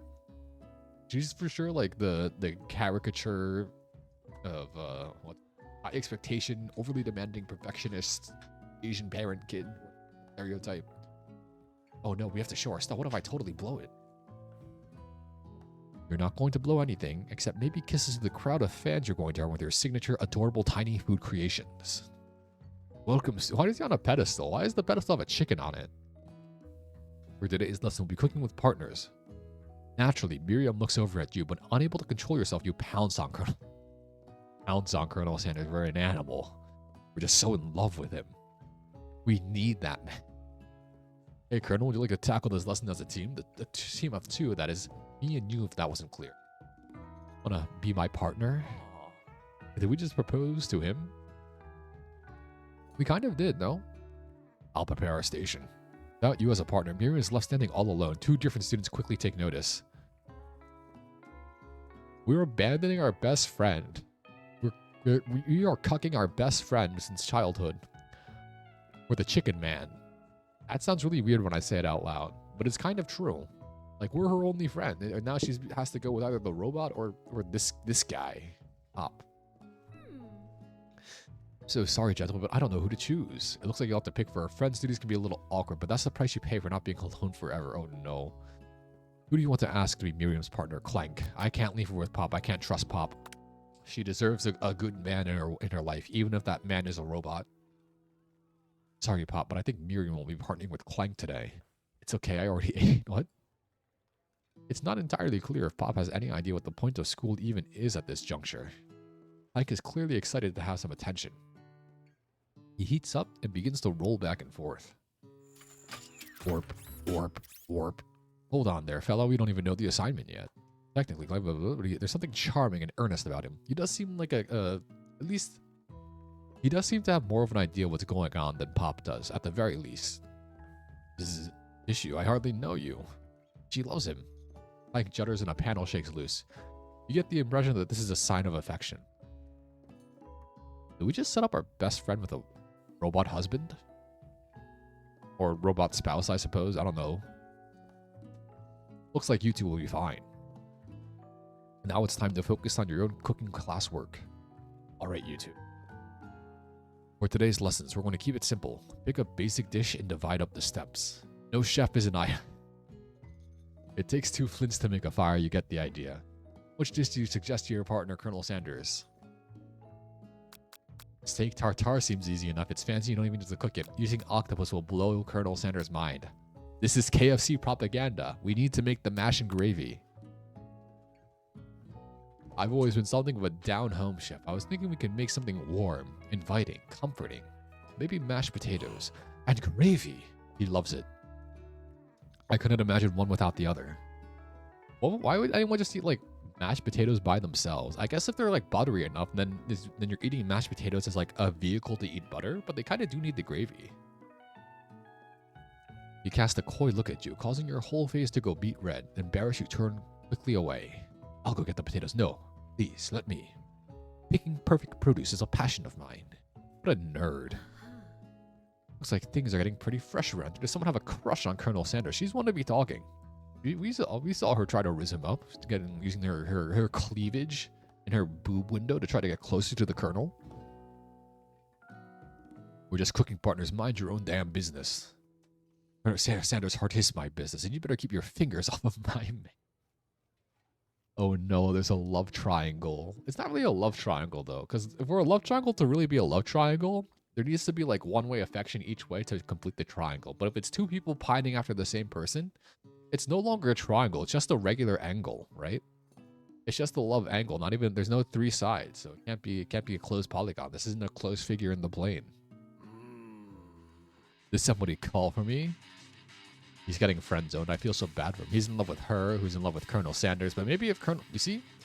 If Ashley was in love with the Colonel, and the Colonel was in love with Van Van, and Van Van was in love with Ashley, that would be a proper love triangle. Because then it would be a closed figure in the plane with 3 sides. But... No geez, Van Van. While I'm over here crushing Rishim, you're supposed to be taking care of our classwork. That's the deal, remember? I feel so bad for him. Maybe he'll also pine after the Colonel.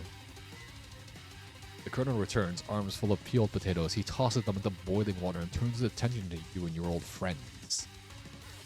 Oh, howdy there. Ashley, Van Van, are you working in a quartet instead of a duet now? Actually, no.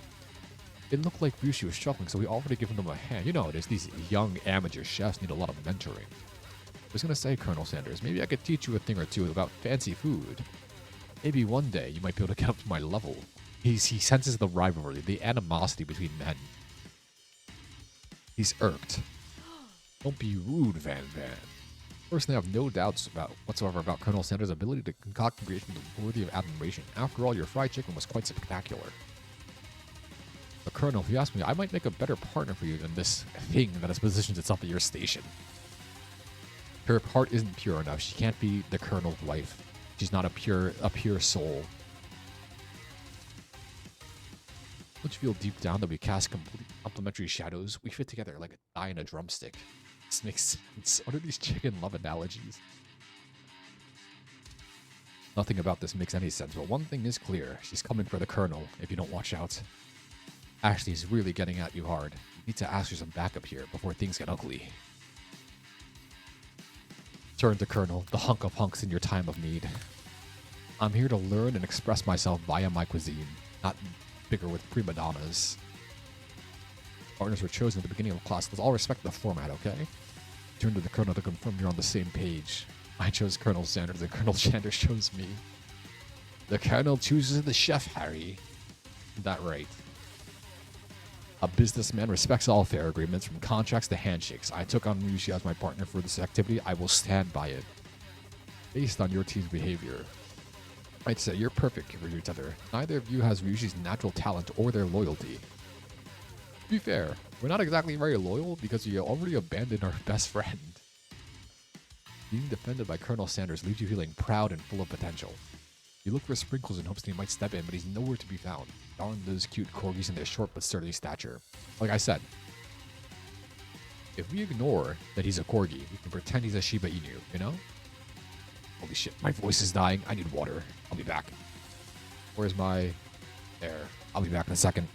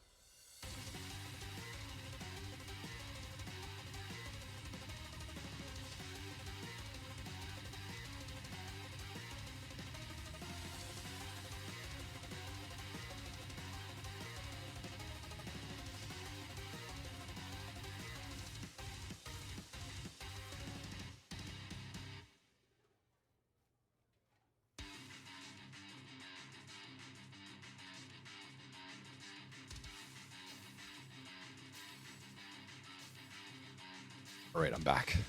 Oh, I really feel the cough getting to me. Hopefully I still have my voice tomorrow. You look down at your station and realize that in the tension of the moment, your hands have been cooking on autopilot. What the hell? My hands are moving on their own. Distracted by the drama, you've already crushed the boiled potatoes into a perfectly creamy mashed texture with plenty of butter and flavor flavor. It's as if your natural passion guided you, except you know so well while your attention was elsewhere. I know just what to do. Colonel Sanders extends his hand. He's holding a beautiful white porcelain gravy boat. Did he just like apparate that out of nowhere? Is Colonel Sanders a supernatural entity that can like make gravy appear from nowhere? Is that a superpower? Is this his stand? Smothering your nearly finished potato dish. Gravy flows down the mound of mashed potatoes. The results look spectacular.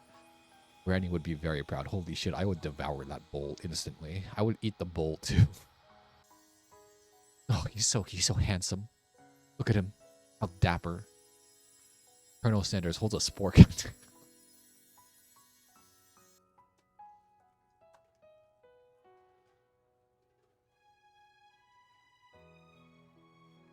Colonel Sanders romantically holds the spork out to you. You reach out and grab hold of it. Let me turn the music up, actually. I need this romantic-ass music.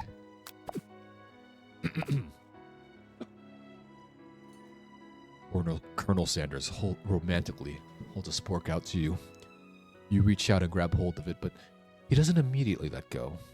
The two of you stand holding the same spork, and for that small moment, all the madness and pressure in this crazy, crazy world stop.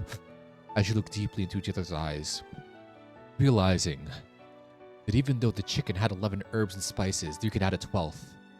Love. You embrace passionately, tongues twined, making out, kissing as you explore the beauty of each other's bodies. You would like to take a bite out of his thigh and drumstick as he fondles your breasts. You feel as though you have grown wings from this miraculous moment of true love. I don't even know what I'm saying anymore. Your eyes lock. The moment is electric. Time stands still. If you love something, set it free. Together you dig the utensil to the mashed potato and let the heaving sporkle up. When you see Ashley with a sinister look, you know she's plotting against to be with Colonel Sanders. And then, filled with rage and without thinking, you fling the sporkful of mashed potatoes right into Ashley's stupid, beautiful face. Do something. Taste the dripping mashed potato gravy and realize that it's delicious. Horrified by this revelation, he slinks away. Will he ever be able to cook something with so much love and integrity? Hold on right there. You do not waste food in the boom cooking arena. Colonel Sanders, I expect better from you. If you throw one more spoonful, you'd both better be prepared to eat it from wherever it lands. Can I have potato face? Man brushes back over, a covered dish in his hands. Mashed potatoes with gravy pathetic. In just a few moments after a full meal, gaze upon my specialty. Braised tentacled octopus in my silky saltwater sauce placed on a battle axe forward by Supreme Chef ancestors. What is with the classism in this game? There's so much classism and like genealogy and lineage of the lineage of Colonel Sanders and culinary stuff. You've ignored me for too long. That ends now. It is I who will have first bite and you'll all look on with envy. No, don't. Something about this dish doesn't strike my nose quite right. I think the octopus was rushed and may have turned in the process. The results could be toxic. Oh no, he's gonna vomit. I think I left something in the oven. Oh no. It killed him. They just straight up killed somebody. He just turned a dude into a ghost. Everyone step back. Don't take another bite. When you look back at the plate, the rest is gone. Oh no, everyone's dying. You notice the tip of the tentacle being slurped up into Pop's mouth. Oopsie, tastes like poison. I don't even know what poison tastes like.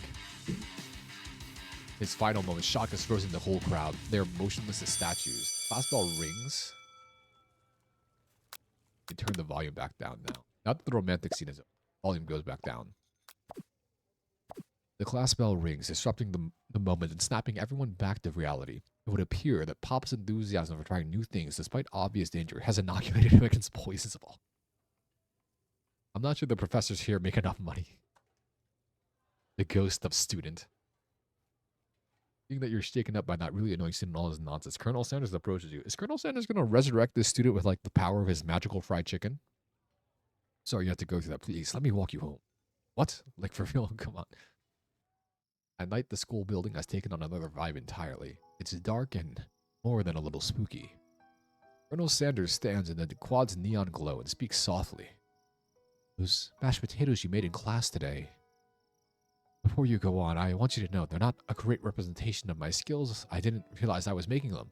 They were amazing. Tasting them, it reminded me of why became so passionate about food to begin with.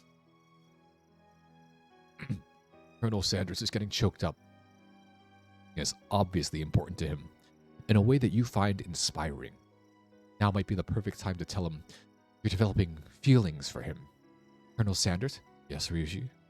There's something I need to tell you. Hold it right. Where does he come from? Why is he interrupting my romantic scene with the Colonel? There's something I need to tell you first. Oh, geez. You see, when I was just a boy, I had a dream. That one day I would be the greatest chef the world has ever seen. And every day since, I have been working toward that dream, day and night. Never stopping, never resting. Also, lifting a lot of weights, like so many weights. Honestly, admirable. We should follow our dreams with all of our hearts, that our souls may grant them like wishes floating on a shooting star. Hey, no, you. Shut up, I'm the one here to say inspirational stuff and be the star of the story. Are we forgetting that you're clearly killing? Yeah, isn't this guy like complicit in some amount of murder or at the very least, at the absolute least, manslaughter? You can't prove that. I mean, this is just negligent food. Although this is just illegal, no? I also saw you kill that guy. What was his name? Somewhere in the distance, you hear a long, sad sigh. Get him. We're talking about me. Me. I'm the hero. The spork monster is here. What? What is this? What is this non sequitur of a transition? I think I left the bridge door open later, nerds. How dare you threaten me? Just I was letting down my guard and connecting with another chef on an emotional level. Be afraid, be very afraid of me, because I'm a monster, see? If he's rhyming on purpose, or is that just a coincidence? Before you can discuss syntax any further, it's a turn-based fight sequence. Oh my god, I love turn-based fights. What will you do? Attack. Which attack would you use? Cold love. 1 damage. It just got real. That attack really upset this pork monster. He spit hot gravy at you. You take 1 damage. How do I defend? Trepidation. You continue to stay back and seems like a pretty rich guy, but sure, okay. It draws in energy from Mother Earth itself. They grow larger. Attack. I only have 1 attack. Oh no, I took 2 damage. Buff up. You start to feel bloated and quite frankly a little... Oh no, we're gonna fart in front of the Colonel. Chow down. Do we eat this thing? Feeling vulnerable, Spork Monster prepares for its ultimate attack. A rounded edge. Oh, villain, your reign of terror stops here. Colonel, is he a chicken mage? Oh my god, his shirt bursting open, the little bit of the Colonel's cleavage, heavenly, divine. KFC's breasts aren't the only ones that I like. Bought by Power Pinch. It's 10 damage. You saved me. An injured Spork monster spews steam into the night. Do we spare him or do we kill him? Finish him. This monster messed with the wrong chef. Attack. You'll never survive my student debt destroy. How much money are we paying to be in a school that's has a 3-day semester cycle? Completely vaporized, Colonel Sanders looks on in awe. You continue to surprise me, Ryuji. The defeated monster left behind a special item. It appears at first to be a cookbook, but upon closer inspection, it's so much more. It's a book of magic spells with a golden chicken on the cover. You open the cover and find a library card tucked inside. The last name to have signed it out is Borko. Who's Borko? That name sounds strangely familiar.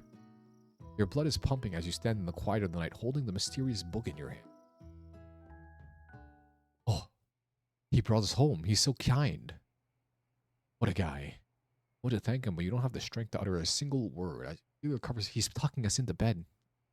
Good night, my Colonel. Oh, Colonel, my Colonel.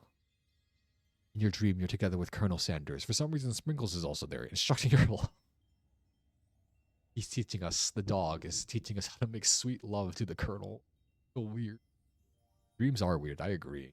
Oh. That's all the students, wow. You awake on day 2 and attempt to process the wild vision you had.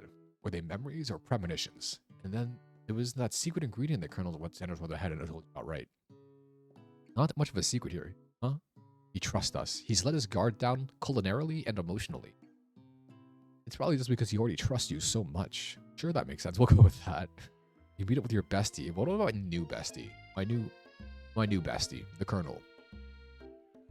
Okay, I know this might sound a little strange, but I think I might be, I might like Clegg. Like him. Like Clegg? I know it sounds like it's moving too fast, but there's something about him. I like him. Oh, no. She's in love with a robot.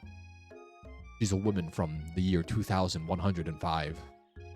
We got to talking after class. He's actually a totally sweet guy. Not only that, he's really smart. Told me all kinds of stories about Colonel Sanders. You know that Colonel Sanders was a popular kid in his high school? Yes. The Colonel Sanders is the one true savior? No, but that does make complete sense. So popular. He's voted prom king at a school he didn't even go to. It was also the convertible that he himself rode in at front of the... What? And was also the convertible that he himself rode in at the front of the... He was a car also? What the fuck? Like I am with Colonel Sanders. Oh no. You and Colonel Sanders, the coolest guy in school, the most famous student to ever attend University of Cooking School Academy for Learning? You're a thing now? We definitely connected yesterday. We definitely tasted a bit of his hot, steamy gravy. Why am I implying that I am doing acts of erotic things and of an erotic and lewd nature with Colonel Sanders, a fast food icon? You're great. Why wouldn't he be into you? I guess. Sounds like we're drifting apart. Laughing at this implication that you and Colonel Sanders might be a thing is definitely not cool. You are great. You have an idea about how to prove that your love is real. Well, if he's not into me, why did he tell me one of his secret ingredients? Your bestie's eyes light up. A secret ingredient? I just said that. You can't tell her. So this summer, while I was on vacation with my family, a lovely man approached me in a botanical garden where I was wandering. This can't be. He told all about his passion for spices. Secret spices. The man even gave me some to show me what he meant. He said that it was a powder created from a super duper rare dried flower petal. And if I did him a big favor, I could have some of my own. Please, Miriam. So I filled my suitcase with them and brought them home. What the fuck? When I cooked them, a strange feeling came over me and the flavor was unlike anything I'd ever tasted. Did he give her an aphrodisiac? I think you're being very liberal with the meaning of spices here. Yeah, this sounds like some type of pseudo aphrodisiac or just like literally drugs. Whatever. Anyhow, we both share an interest in cooking, so we've stayed in touch, you know, like pen pals. I bet he would love to know more about new spices. Besides, I only know this one ingredient. I don't be much use to anyone. Cough fiber? Did you just say fiber? No, I don't think we did, right? No one has to know it came from you or from Colonel Sanders. Make up a fake ingredient. We're not telling her. We gotta keep the Colonel secret. He trusted us. How can I betray my new husband? How about it was Eye of Newt? I know. What can you do? Wow. Oh no. Oh no. Oh no. Oh no. She's going to put it in her food, isn't she? Why is he on a horse? Why is the Colonel on a horse? It's like that scene in Nichijou where the guy that the blue-haired girl has a crush on comes in on a donkey. It's quite literally that scene, beat for beat. It's Colonel Sanders. He's arriving at school. Run to him, my beloved. We have to help him dismount. You decided the best way to show Miriam how serious you and Colonel Sanders are would be to run to him. Surely he'll sweep you up back onto your sail and you'll ride away together. That'll show her good. Oh, Colonel, my Colonel. Oh no, we fucked up. In the darkness, you see a vision. Ooh. What's the message? Exactly as I say it. If you forget the world could end, so you know it's serious. I've been trapped in a realm beyond, but a great prophecy relies on my return. Only you can save me. All you need to do is repeat my name 3 times. The name is. But before you can. Oh, what's this plot with the dead student?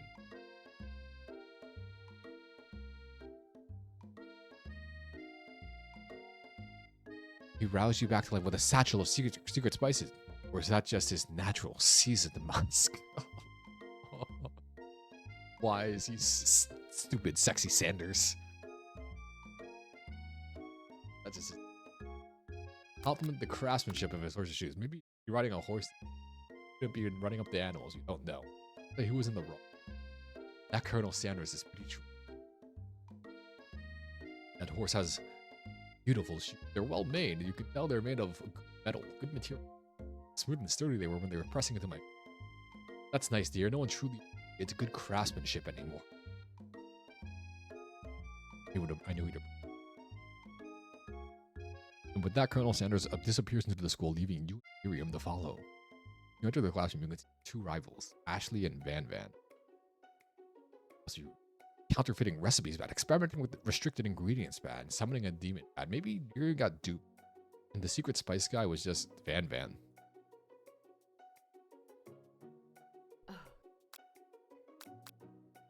Tell them to stop acting immature. Culinary school is to be respected. This kind of nonsense is a waste of everybody's time. Give me something. Oh, and you're the emperor of cooking, are you? You make the rule.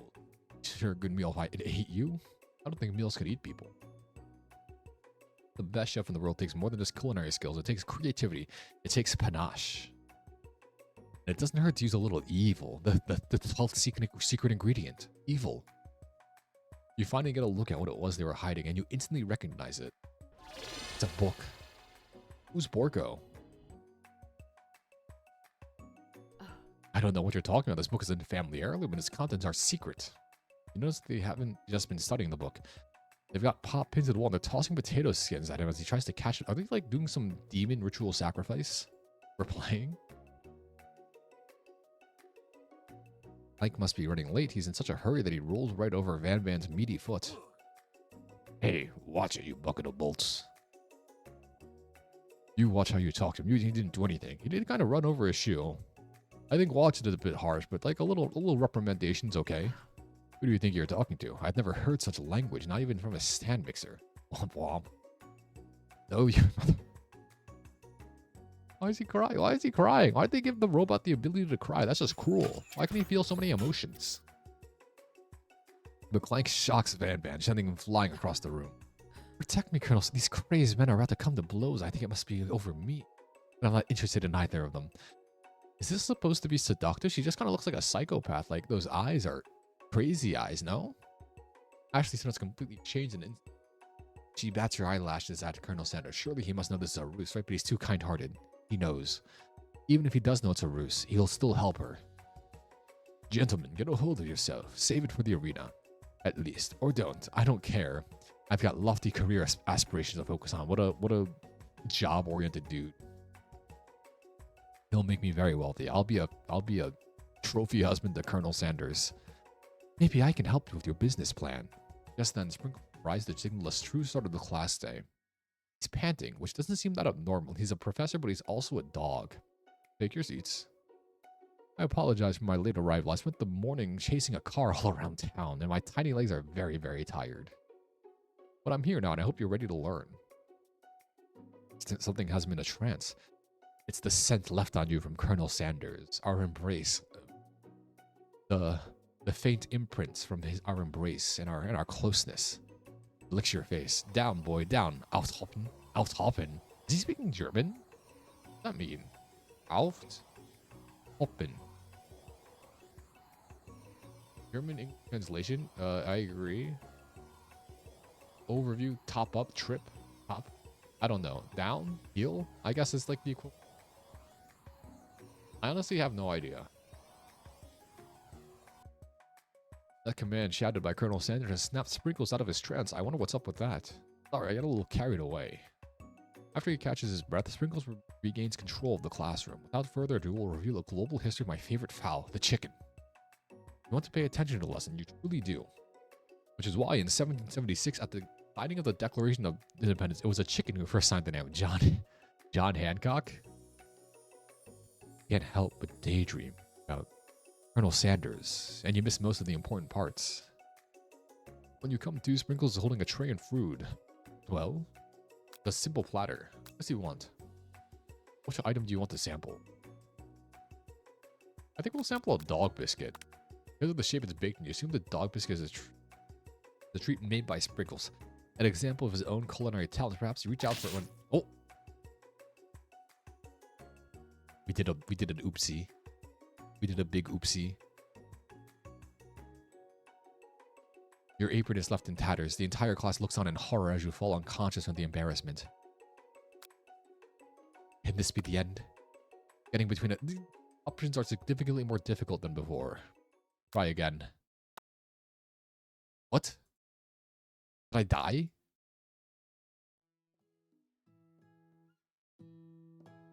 Did I die? I died? I have to start again from day 2. Why is there a game over screen? Why does the professor kill me? The fuck? Can I skip all this? Settings, is there an auto speed? There's not. How did I die? Why did my teacher kill me? I have to redo all these things now. We'll stand back. We won't run to him this time. Stand back and admire his glory. Colonel Sanders' horse is truly a thing of beauty. Without ever acknowledging he's being watched, he does a short horse dance before dismounting with a flourish. She then slaps the beautiful creature, sending it. You're so struck, you lose the ability. Oh, I didn't realize anyone was watching. Don't worry, he knows his way home. This man rides a horse to school, dismounts, and then the horse just walks back. Does it also like come and pick him up? It's his like car and his cab driver. What a horseful beaut you have. I mean, what a horseful beaut you have. What? This is not helping. I mean, they got food poisoning or Horrible Night. It was gruesome. You should have seen it. She gives you a wink as if, sis, I can't blame a girl for trying. With that, you and Miriam to follow. All right. Now we go back to where we used to be.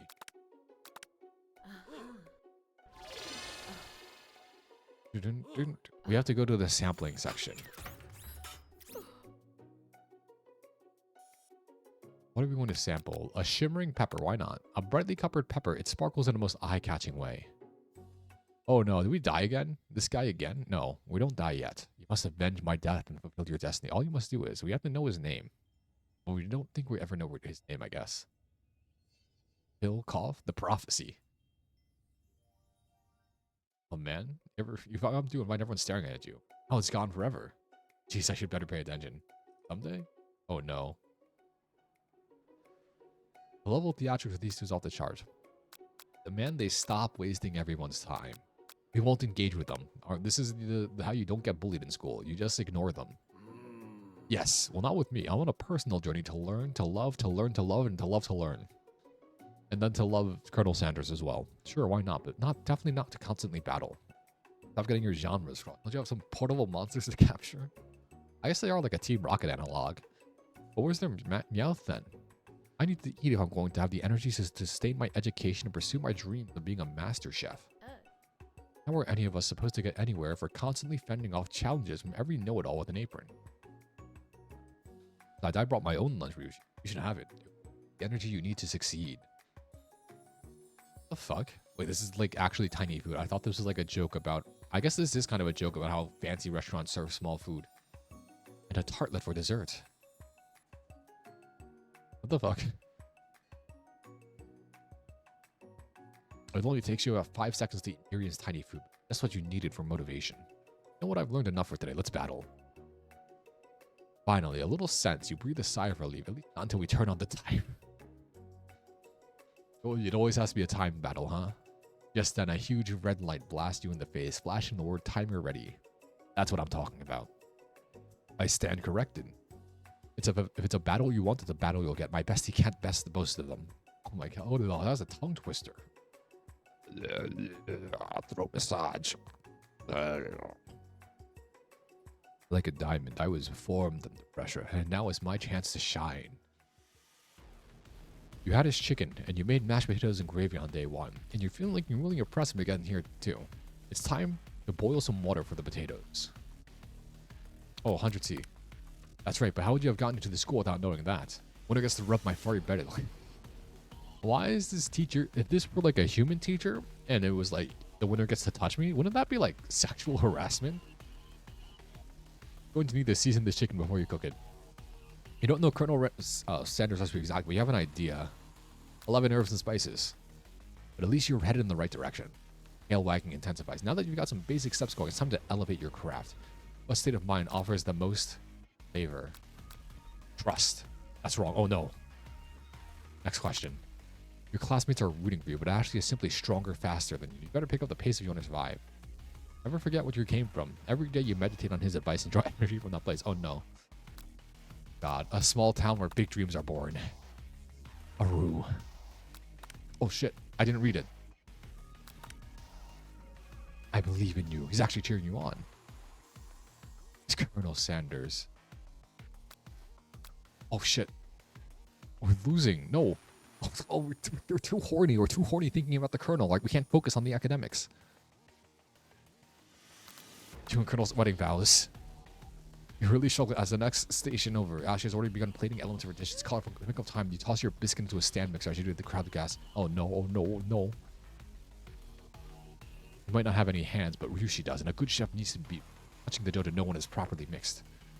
There's an easy way and a hard way. You don't go far by going the easy way. Right? How serious your error was.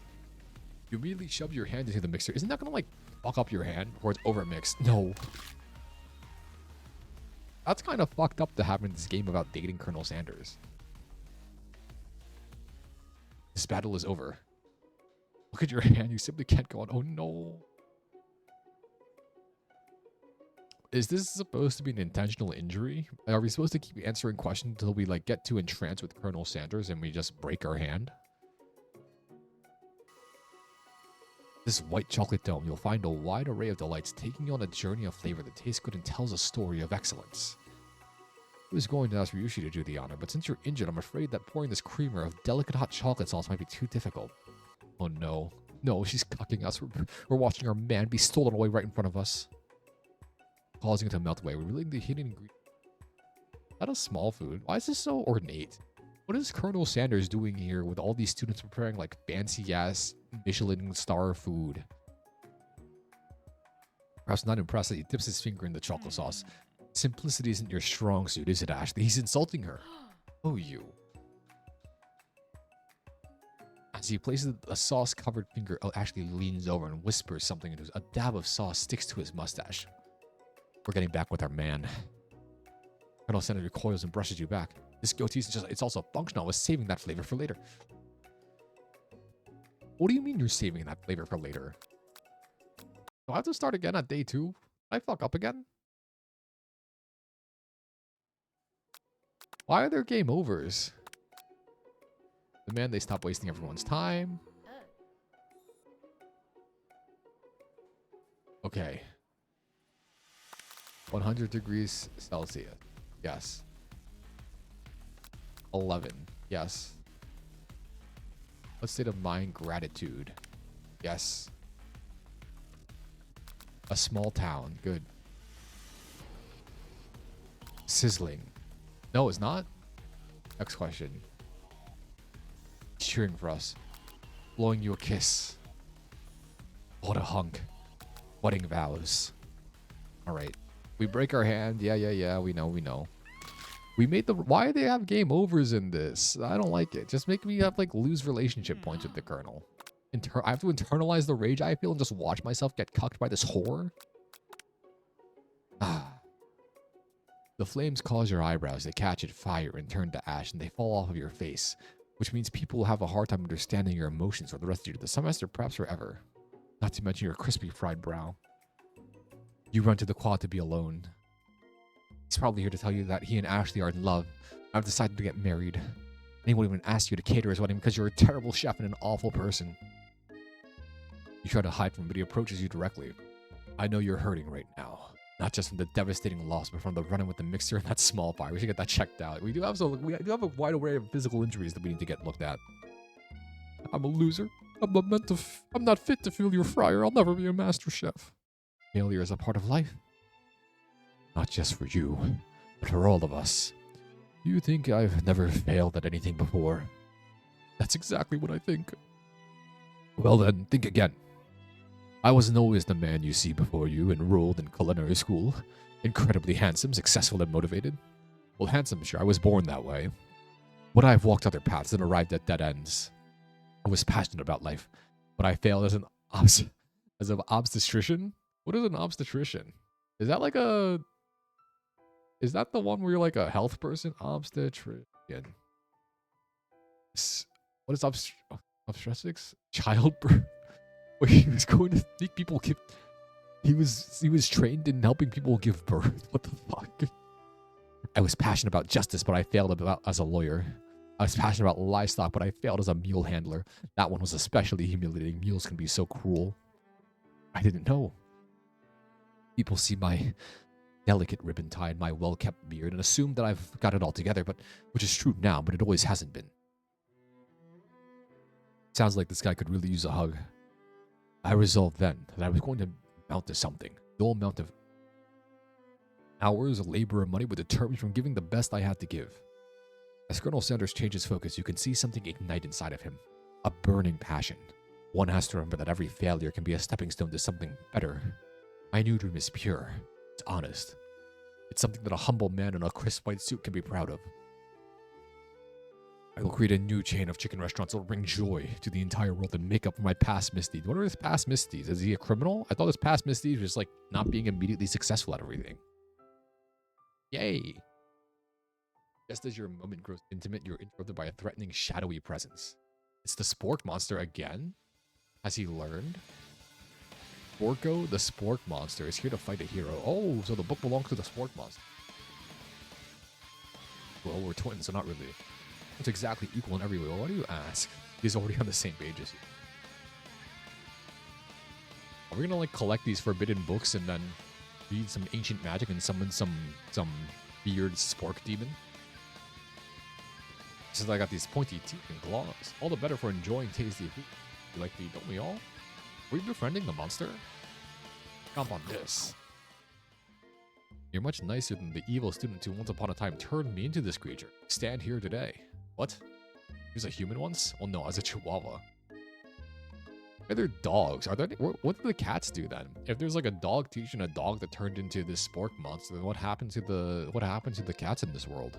So one day, some mean kid with a magic spellbook cast a dark enchantment on me. Oh no. I beg of you, respect it. Powerful chef. You shouldn't rely on such a dark and evil magic. No, you should be protecting the innocent from those who would cheat them through sorcery and guile. If you need me, don't fear me, I will be there. So he's much friendlier than the other guy. There's some bad cooks in the kitchen of life, Ryushi. Together, I'm sure we can defeat them. Come back to my hideaway and we can discuss a person. Oh. Is this the home date with Colonel Sanders? Stepping inside Colonel Sanders' home, surrounded by his things, you start to feel a special bond with him. What is that beautiful scenery in the back? That lake? That tasteful candle? That modern fireplace with the nice cock statue? And the beautiful scenery. It looks like you live such an exciting life, Colonel Sanders. Every day can be an adventure if you approach it with the right attitude. Long ago, I made the decision to never stop searching, never stop working, never stop imagining. Have you been working on any new recipes of your own lately? I'm always excited to talk about food with another ambitious chef. Well, there is something. It's just a side dish that I've been tinkering with, trying to find the right balance of flavors and textures. I'm not sure I've nailed it yet, but I'm close. It's meant to pair with something spicy or something crispy, both perhaps. Reveal it. We should be intimate. Reveal our deep inner thoughts. You reach into your lunch bag for a special gift that you've been keeping on ice all day. I present to you my original coleslaw. We invented coleslaw. That must... What? The shredded cabbage dish glistens in the light of Colonel Sanders' Luxy Highway.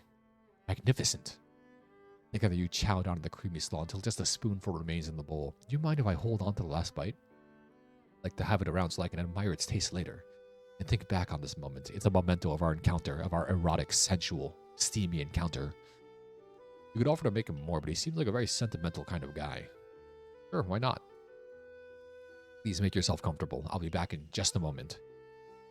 Realized that now would be the perfect time to do some snooping. Shouldn't we just, like, respect his privacy? You can tap on this. This one here keeps the secret recipe. And it dawns on you. As soon as you turn it out to 1111, you find a single note. Can chicken be prepared sashimi style? It can. There's chicken sashimi. I remember seeing that article. Is that him? The goatee and mustache comp. You figure this must be the colonel himself? Is he always holding chicken? Probably the same type of person would make their own face the logo of the company they founded. Am I right? Colonel Sanders can take it as much as he can give. Why is he in Egypt? Why is he an old man? We need to discover more. One of the framed photos shows an old man who looks a bit like Colonel Sanders standing with an old friend. They hold fried chicken drumsticks and appear to be cheersing them. Not cheersing them, though. I wonder who my friend Pete is. That's probably like company history. There's a plaque. It says, "Here lies the ashes of all my past careers and business failures." That's kind of grim. A scented candle, you pick it up and you try to identify the smell. Power tool. Freshly starched collar. Piece of wood floating in the lake. Summer of 69? No. It's the secret ingredient. The ghost of the student. No, I don't want to avenge this guy. I don't care. I don't care for this random-ass subplot. Big old chicken.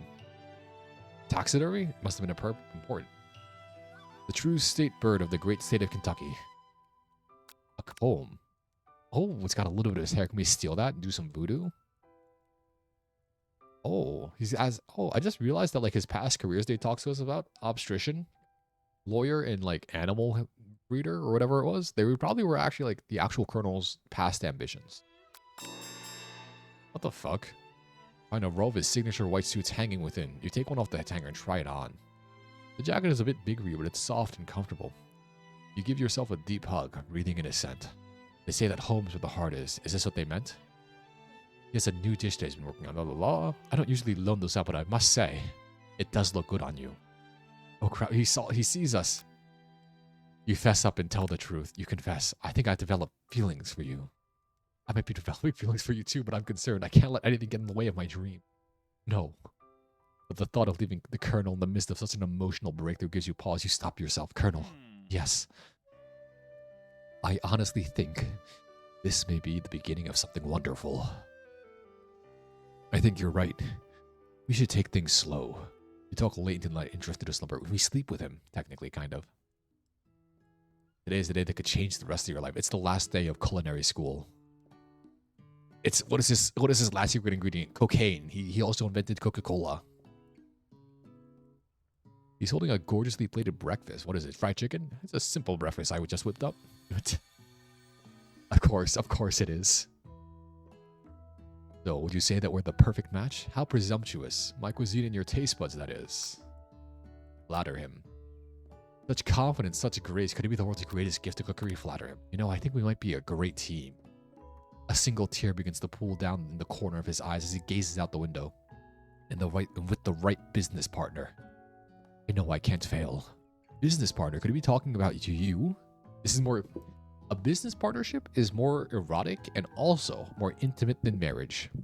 That's gonna be my cope if that's the ending we get. Overcome with emotion and confused by your feelings, you're on the verge of tears. Unable to speak, the only answer you can find is to run out the door and get home. There's still one more day after all. The University of Cooking School Academy for Learning waits for no one. What do we do? Where have you been? Had one heck of a night. Oh no, is she rizzed by Clank? I can finally get you up to speed on the saga of Miriam, sure, but you will not believe what happened. She went on a date with Clank? Of course I don't. You better keep your dials turned to polite and respectful. I'm not that kind of girl. How quaint. But he was just interested in spending some one-on-one time together and getting to know me, so I said, yeah, sure. I can get to know the little metallic guy. Long story short, what the fuck? The thing's skydiving. You just say skydiving? That's not a typical first date, is it not? I'm not really sure where we stand. Bottling up the details of your own night is just too much to bear. And I went on a date too, back to Colonel Sanders' house where I spent the night with him. Did we give it out on the first date? Are we kind of loose? Are we a little bit of a slut? Nothing happened but the emotional connection. Wowzer. If being obsessed with Colonel Sanders is wrong, you don't want to be right. After a short argument, you both agree to go your separate ways. When you arrive at school, you encounter your rival. So we like break off a friendship because we're so obsessed with the Colonel. That's okay. Maybe this is like an allegory for like fast food addiction. It's a oh no, not a swirly. I'll have my swirly with sprinkles, please. Sprinkles is a dog and a treat. Why do they add him? Can't get your swirly dip too. Why don't you pick on someone your own size? I'm literally the biggest person at the school. There's that horse that Colonel Sanders rides to school. Who dare pick on such a gentle and beautiful creature? Why do you have tears in her eyes? You've got some nerve. Suggest nice pick on a defenseless horse. The injury from yesterday's mixer makes you wince with pain. Yeah, didn't our hand get like completely obliterated by a mixer? Doesn't look like you can go cooking like that. Might as well give up. The Colonel will defend us. Is everyone excited for the final day of school? How's that hand feeling? Aren't you concerned about my hands, Colonel? Yesterday I almost broke a nail winning so hard. Look at those faux tears. Why is she kind of thick, though? I'm just now realizing, actually... Let me move myself. She's kind of thick. Anyways.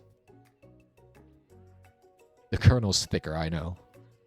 Aren't you concerned about my... Okay. Technically, I don't believe a winner was decided, but your presentation was quite impressive. He's a gracious man. He doesn't have to... He gives credit where it's due. What about the flavor of my delicate, warm, gooey chocolate sauce?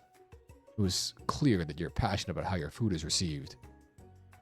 That's a lot of words to say it was bland. Excuse me. I am more than capable of speaking to myself.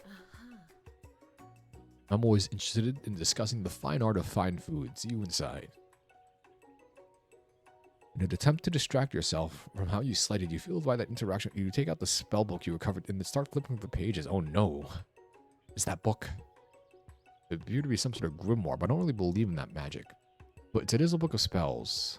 Oh no. Cast only in case of emergency. Oh, can we choose not to cast it?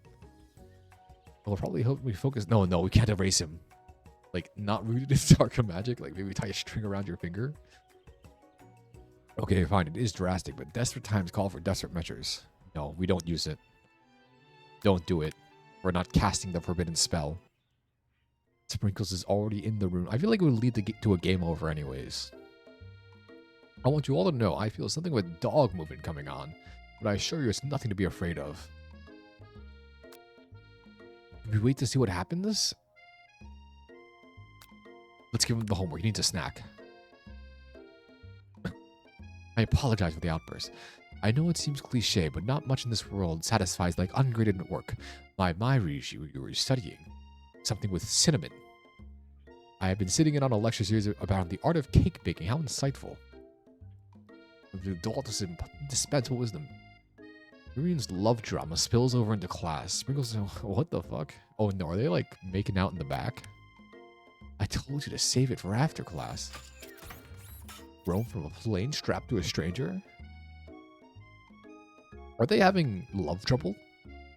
But no, you have to show off to your cool kid friends Jeff and Joan. J and J forever. Watch us form a triangle in midair as we descend. What the fuck? Triangles are the strongest shape, don't you know? That's true. Let's make a great date. Honestly, skydiving on the first date, as extreme as it sounds, does seem interesting. You can all hold hands as you pedal down. Oh no, the robot's gonna form a polyamorous thruple. No amount of seasoning is going to make me want to eat that clank. What did he bake? What the fuck is that? Ew. Ew. Ew. In terms of deep fried footwear, I guess it looks okay. Well, that was unfortunate. So our friend has an entire like dramatic love story over the space of 3 days. I mean, I guess we do too, but she breaks up. I hope we don't. The final competition showdown challenge exam. So, last test. I'm mad I could smash a tiny mug spilling several droplets of hot cocoa all over his floor. Her tiny cocoa is delicious treasure, so you know that this breakup is no joke. Even if the source of our frustration is such a silly boy. Not just, well, he's not really a silly boy, he's more of a silly robot. I know that you know this, but I'm going to say it out loud. You don't need anyone. Me and you, we're going to cruise through this final test and hit the carpool lane to Success City. Are the tolls cheaper in the carpool lane to Success City? I gotta know. You can add Colonel Sanders in there. We can all get a discounted price and split up the price more. Miriam brightens up, imagining the wind rushing through her short bangs, but she hesitates to embrace the feeling all the way. Not gonna saddle up on Colonel Sanders' stallion and ride off into the sunset without me. Of course not. Well, maybe sorta. I'm sure there's a pony out there with your name on it, and a ranch big enough for both of us. Who else want to bring along? It's not Pop or Clank or anyone else. Maybe she'll get with Van Van. Maybe the two arch enemy best friends will get together. But Van Van has already painted himself as kind of irredeemable. Wipes the tear. I should really review my menu for today. I'm going to make a very special soup. I bet that Professor Dog is going to love it up. We skip lunch. Okay, you decided to head to the arena. We're going to practice. This is it. The location of your final challenge. A test of will, a test of courage, a test of talent, and a chance to beat the pants off of Van Van, the supposed madman, and his evil counterpart, Ashley. His famous chicken pot pie. And you're quickly able to get a fresh pot pie in there, but as soon as you do, your cram session is interrupted by every time Colonel Sanders is on screen, there's the flower petals. What are you doing here? There's still time before the final exam.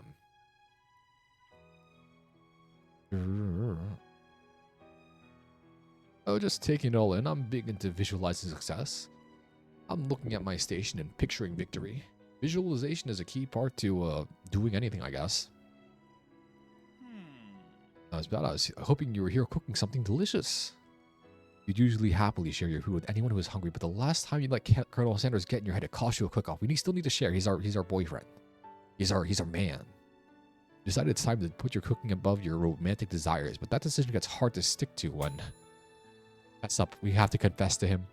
How can we build this marriage / business partnership on lies and hiding our delicious foods from each other? Okay, you got me. I'm doing a little bit more than visual. I know. My nose can smell a pot pie from 400 yards away. That's a quarter of a mile. I guess.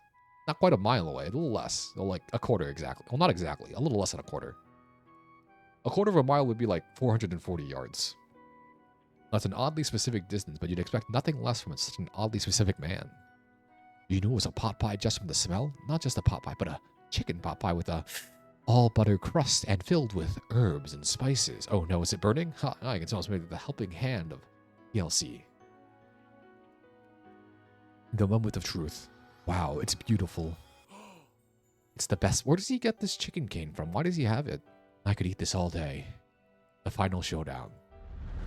That is to cook with everything you've got.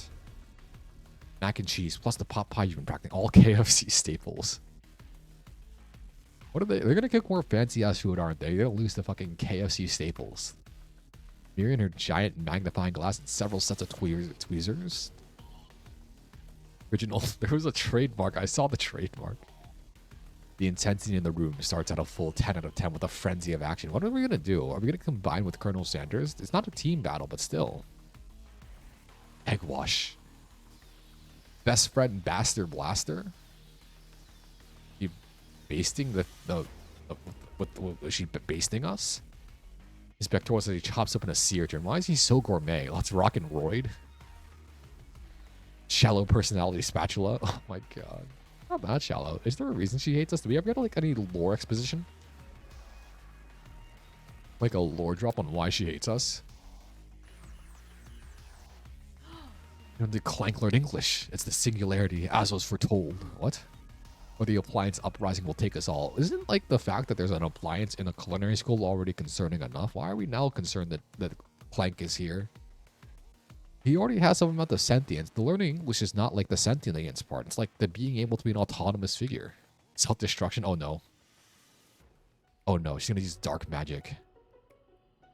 Even if this almost... No, we won't do it the hard way. We have to do it the hard way. We have passion. We're not like her. Colonel Sanders sees that you've chosen the win on your own terms, and he gives you a subtle wink. He respects the honor. I believe in you. Oh, look at the hearts fly out of him. I want to go order some 12:38 in the morning, some midnight KFC now. Ever since we were little kids, because I'm your best friend. No, you're not. Get out of the way. You're not Colonel Sanders. What about your dish? Who's cooking? Tiny food, short cooked them. I mean, that's a good point. Your boiling noodles. It's the secret ingredient. Oh no. Oh no. Oh no, because we decided to keep the kernel secret, it fucked us over in the end. What? These spork monsters are many. I think Gorko had the day off, but you have Conjured Steve, and I hate to battle, so I have to say you're doing pretty alright. I love this stuff. It's better than TV. It is on TV. They do put cooking competitions on TV. Why do I hang out? Sure, why not? Grimoire? I see what you're up to, huh? Crisscross some magical items and accidentally summon me, huh? But yeah, you guessed it, sorta. If you're here, would you mind tossing some fresh noodles in a pot of salted water? So we give her the wrong ingredient for the secret ingredient, so we keep the kernel secret.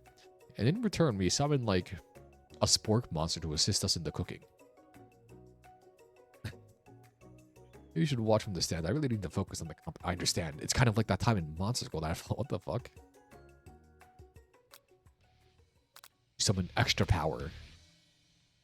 Your hair turns mac and cheese. Oh my god. We even have like a DBZ reference to Super Saiyans. My heart is pure. My hands are steady. My taste buds have been preparing their entire lives for it. You will avenge me. Who is this student? We never find out his name. Sorry. My taste buds have been preparing their entire lives for this moment. Do we get like an unlimited Spork Works, like a Fate Stay Nights, Unlimited Blade Works reference? You know that with this power you can do anything, except turn back time, which would be super useful. So we can't do the JoJo thing.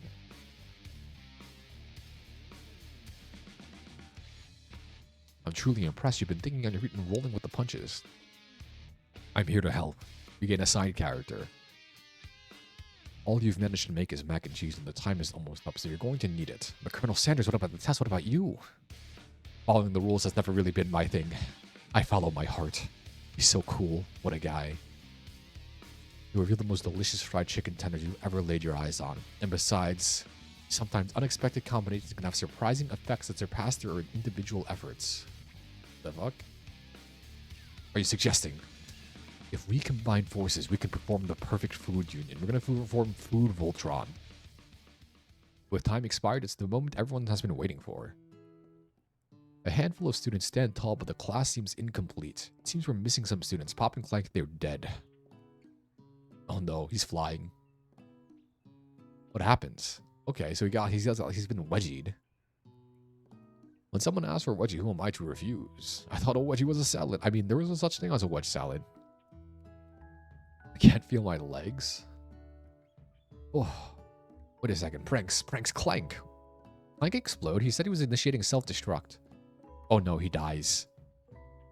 How are there 2 deaths in my wholesome KFC dating sim game? That leaves only 4 remaining students. This is a pretty shitty school if there's only 4 students. And like, they have been no mention of payments. 3 whole days as well. What does she have? I've made tender udon noodles in a savory soup. Yes, chef. Please call me Sprinkle. Chef is my father's name. And some green tea made from baby tea leaves that I picked myself. Sprinkles carefully sniffs. Rarely do I taste a dish with as much love poured into it as yours. Miriam is overjoyed. She gives you a big hug. Thank you for helping me believe in myself. Now describe your dish. I made uni. So exotic, so extravagant. And an axe-hewn urchin shell chopped with caviar. The second different color type of urchin? What the fuck? Yes, Sprinkles. A bit much, don't you think? That's exactly what I did, and a bit much is my brand. That is kind of on brand for like a JoJo looking character, the extravagance of the design and everything. But he can't cut his nose close on account of all the sprinkles. He can't even eat it, he's gonna fail. My prediction is that Ashley is going to make a chocolate dish, and Sprinkles can't eat it because he's a dog, and chocolate kills dogs. Yeah, he fails. Disqualified. Forcing us to endure a swollen tongue for another moment, Sprinkles graciously laps up a bowl of milk. I'm a dog and I drink milk. Get over it. Sometimes it helps calm my agitated tongue. What does she make? Chocolate. It's chocolate. Orange blossom turkey. Okay. French meringue connected by sugar glass. That's pretty cool. I have never understood what Turkish... I've seen videos of like what Turkish delight is, but I've never tried it. I just know it's what the guy in The Lion, the Witch, and the Lion, the Witch, and the Wardrobe betrays his family for. Don't eat the food out of cooking school? What? Got toast in yours? I told you it's a display piece. Display food at a cooking school. And I did an extremely good job cooking it. I didn't realize you were having an eating exam. I go to the college of eating school for the hungry. Well, she did do the cooking, but like part of the cooking is you have to eat it as well. Smell it if you absolutely insist, but don't breathe too hard. You'll listen to this. Oh no, she fails. Good. I hate her. Even if she is a little bit thick. Rage overtakes Ashley. She finally cannot keep her two-faced routine up. You wouldn't know high-end cuisine if it cooked you. With that, Ashley storms off to rededicate herself to being the best.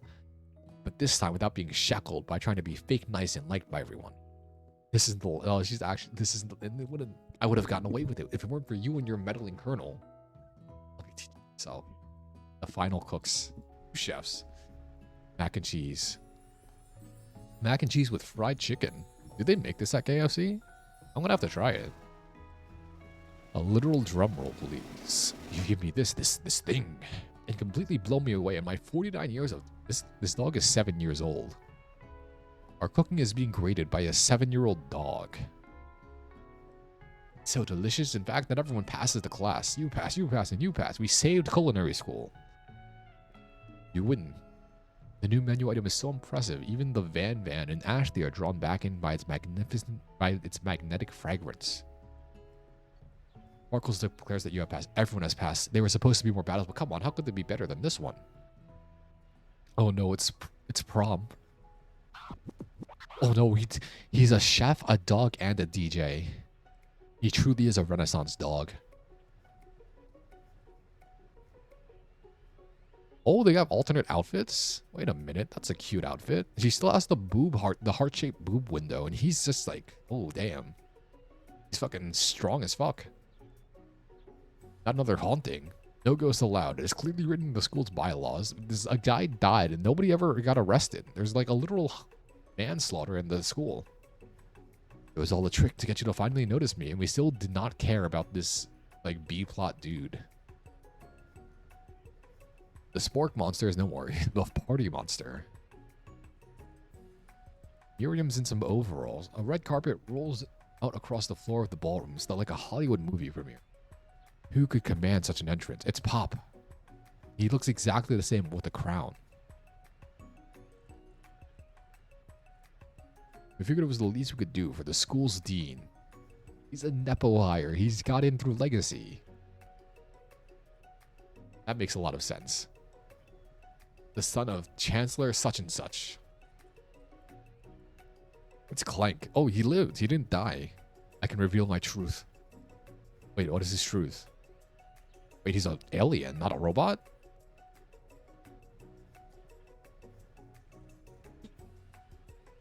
No, obviously. I've just begun to learn who I really am. This isn't the first time for me to devote my life to figuring out who you are.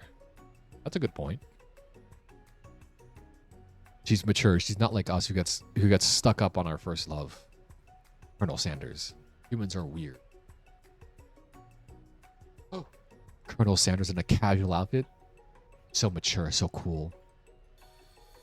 I didn't get to be the most famous chicken man in history of chicken and man by not reminding people to go out and buy my chicken. This is all just an elaborate ad. I did just spend like an hour and 2 hours playing an elaborate ad. Wait, that's the end? No, it's not the end.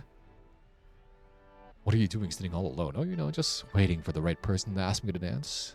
I wonder. Why don't you tell me what are the qualities that you would expect to find in such a lucky person? Oh, I don't know. A spicy musk, a tidy goatee, a degree from the University of Cooking School Academy for Learning, and a tight ass. Just to name a few. It truly is my lucky day. Oh god, we dancing.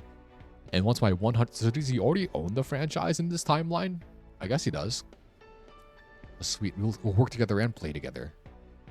Work together? Well, I think this is something I'll just need to do by myself. But who will help you run your restaurants? Besides, do you really think is the best path forward? What? Fail to earn... What?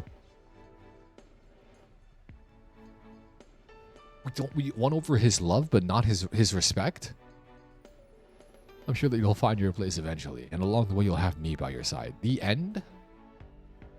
We got an okay ending. We didn't get the best ending though.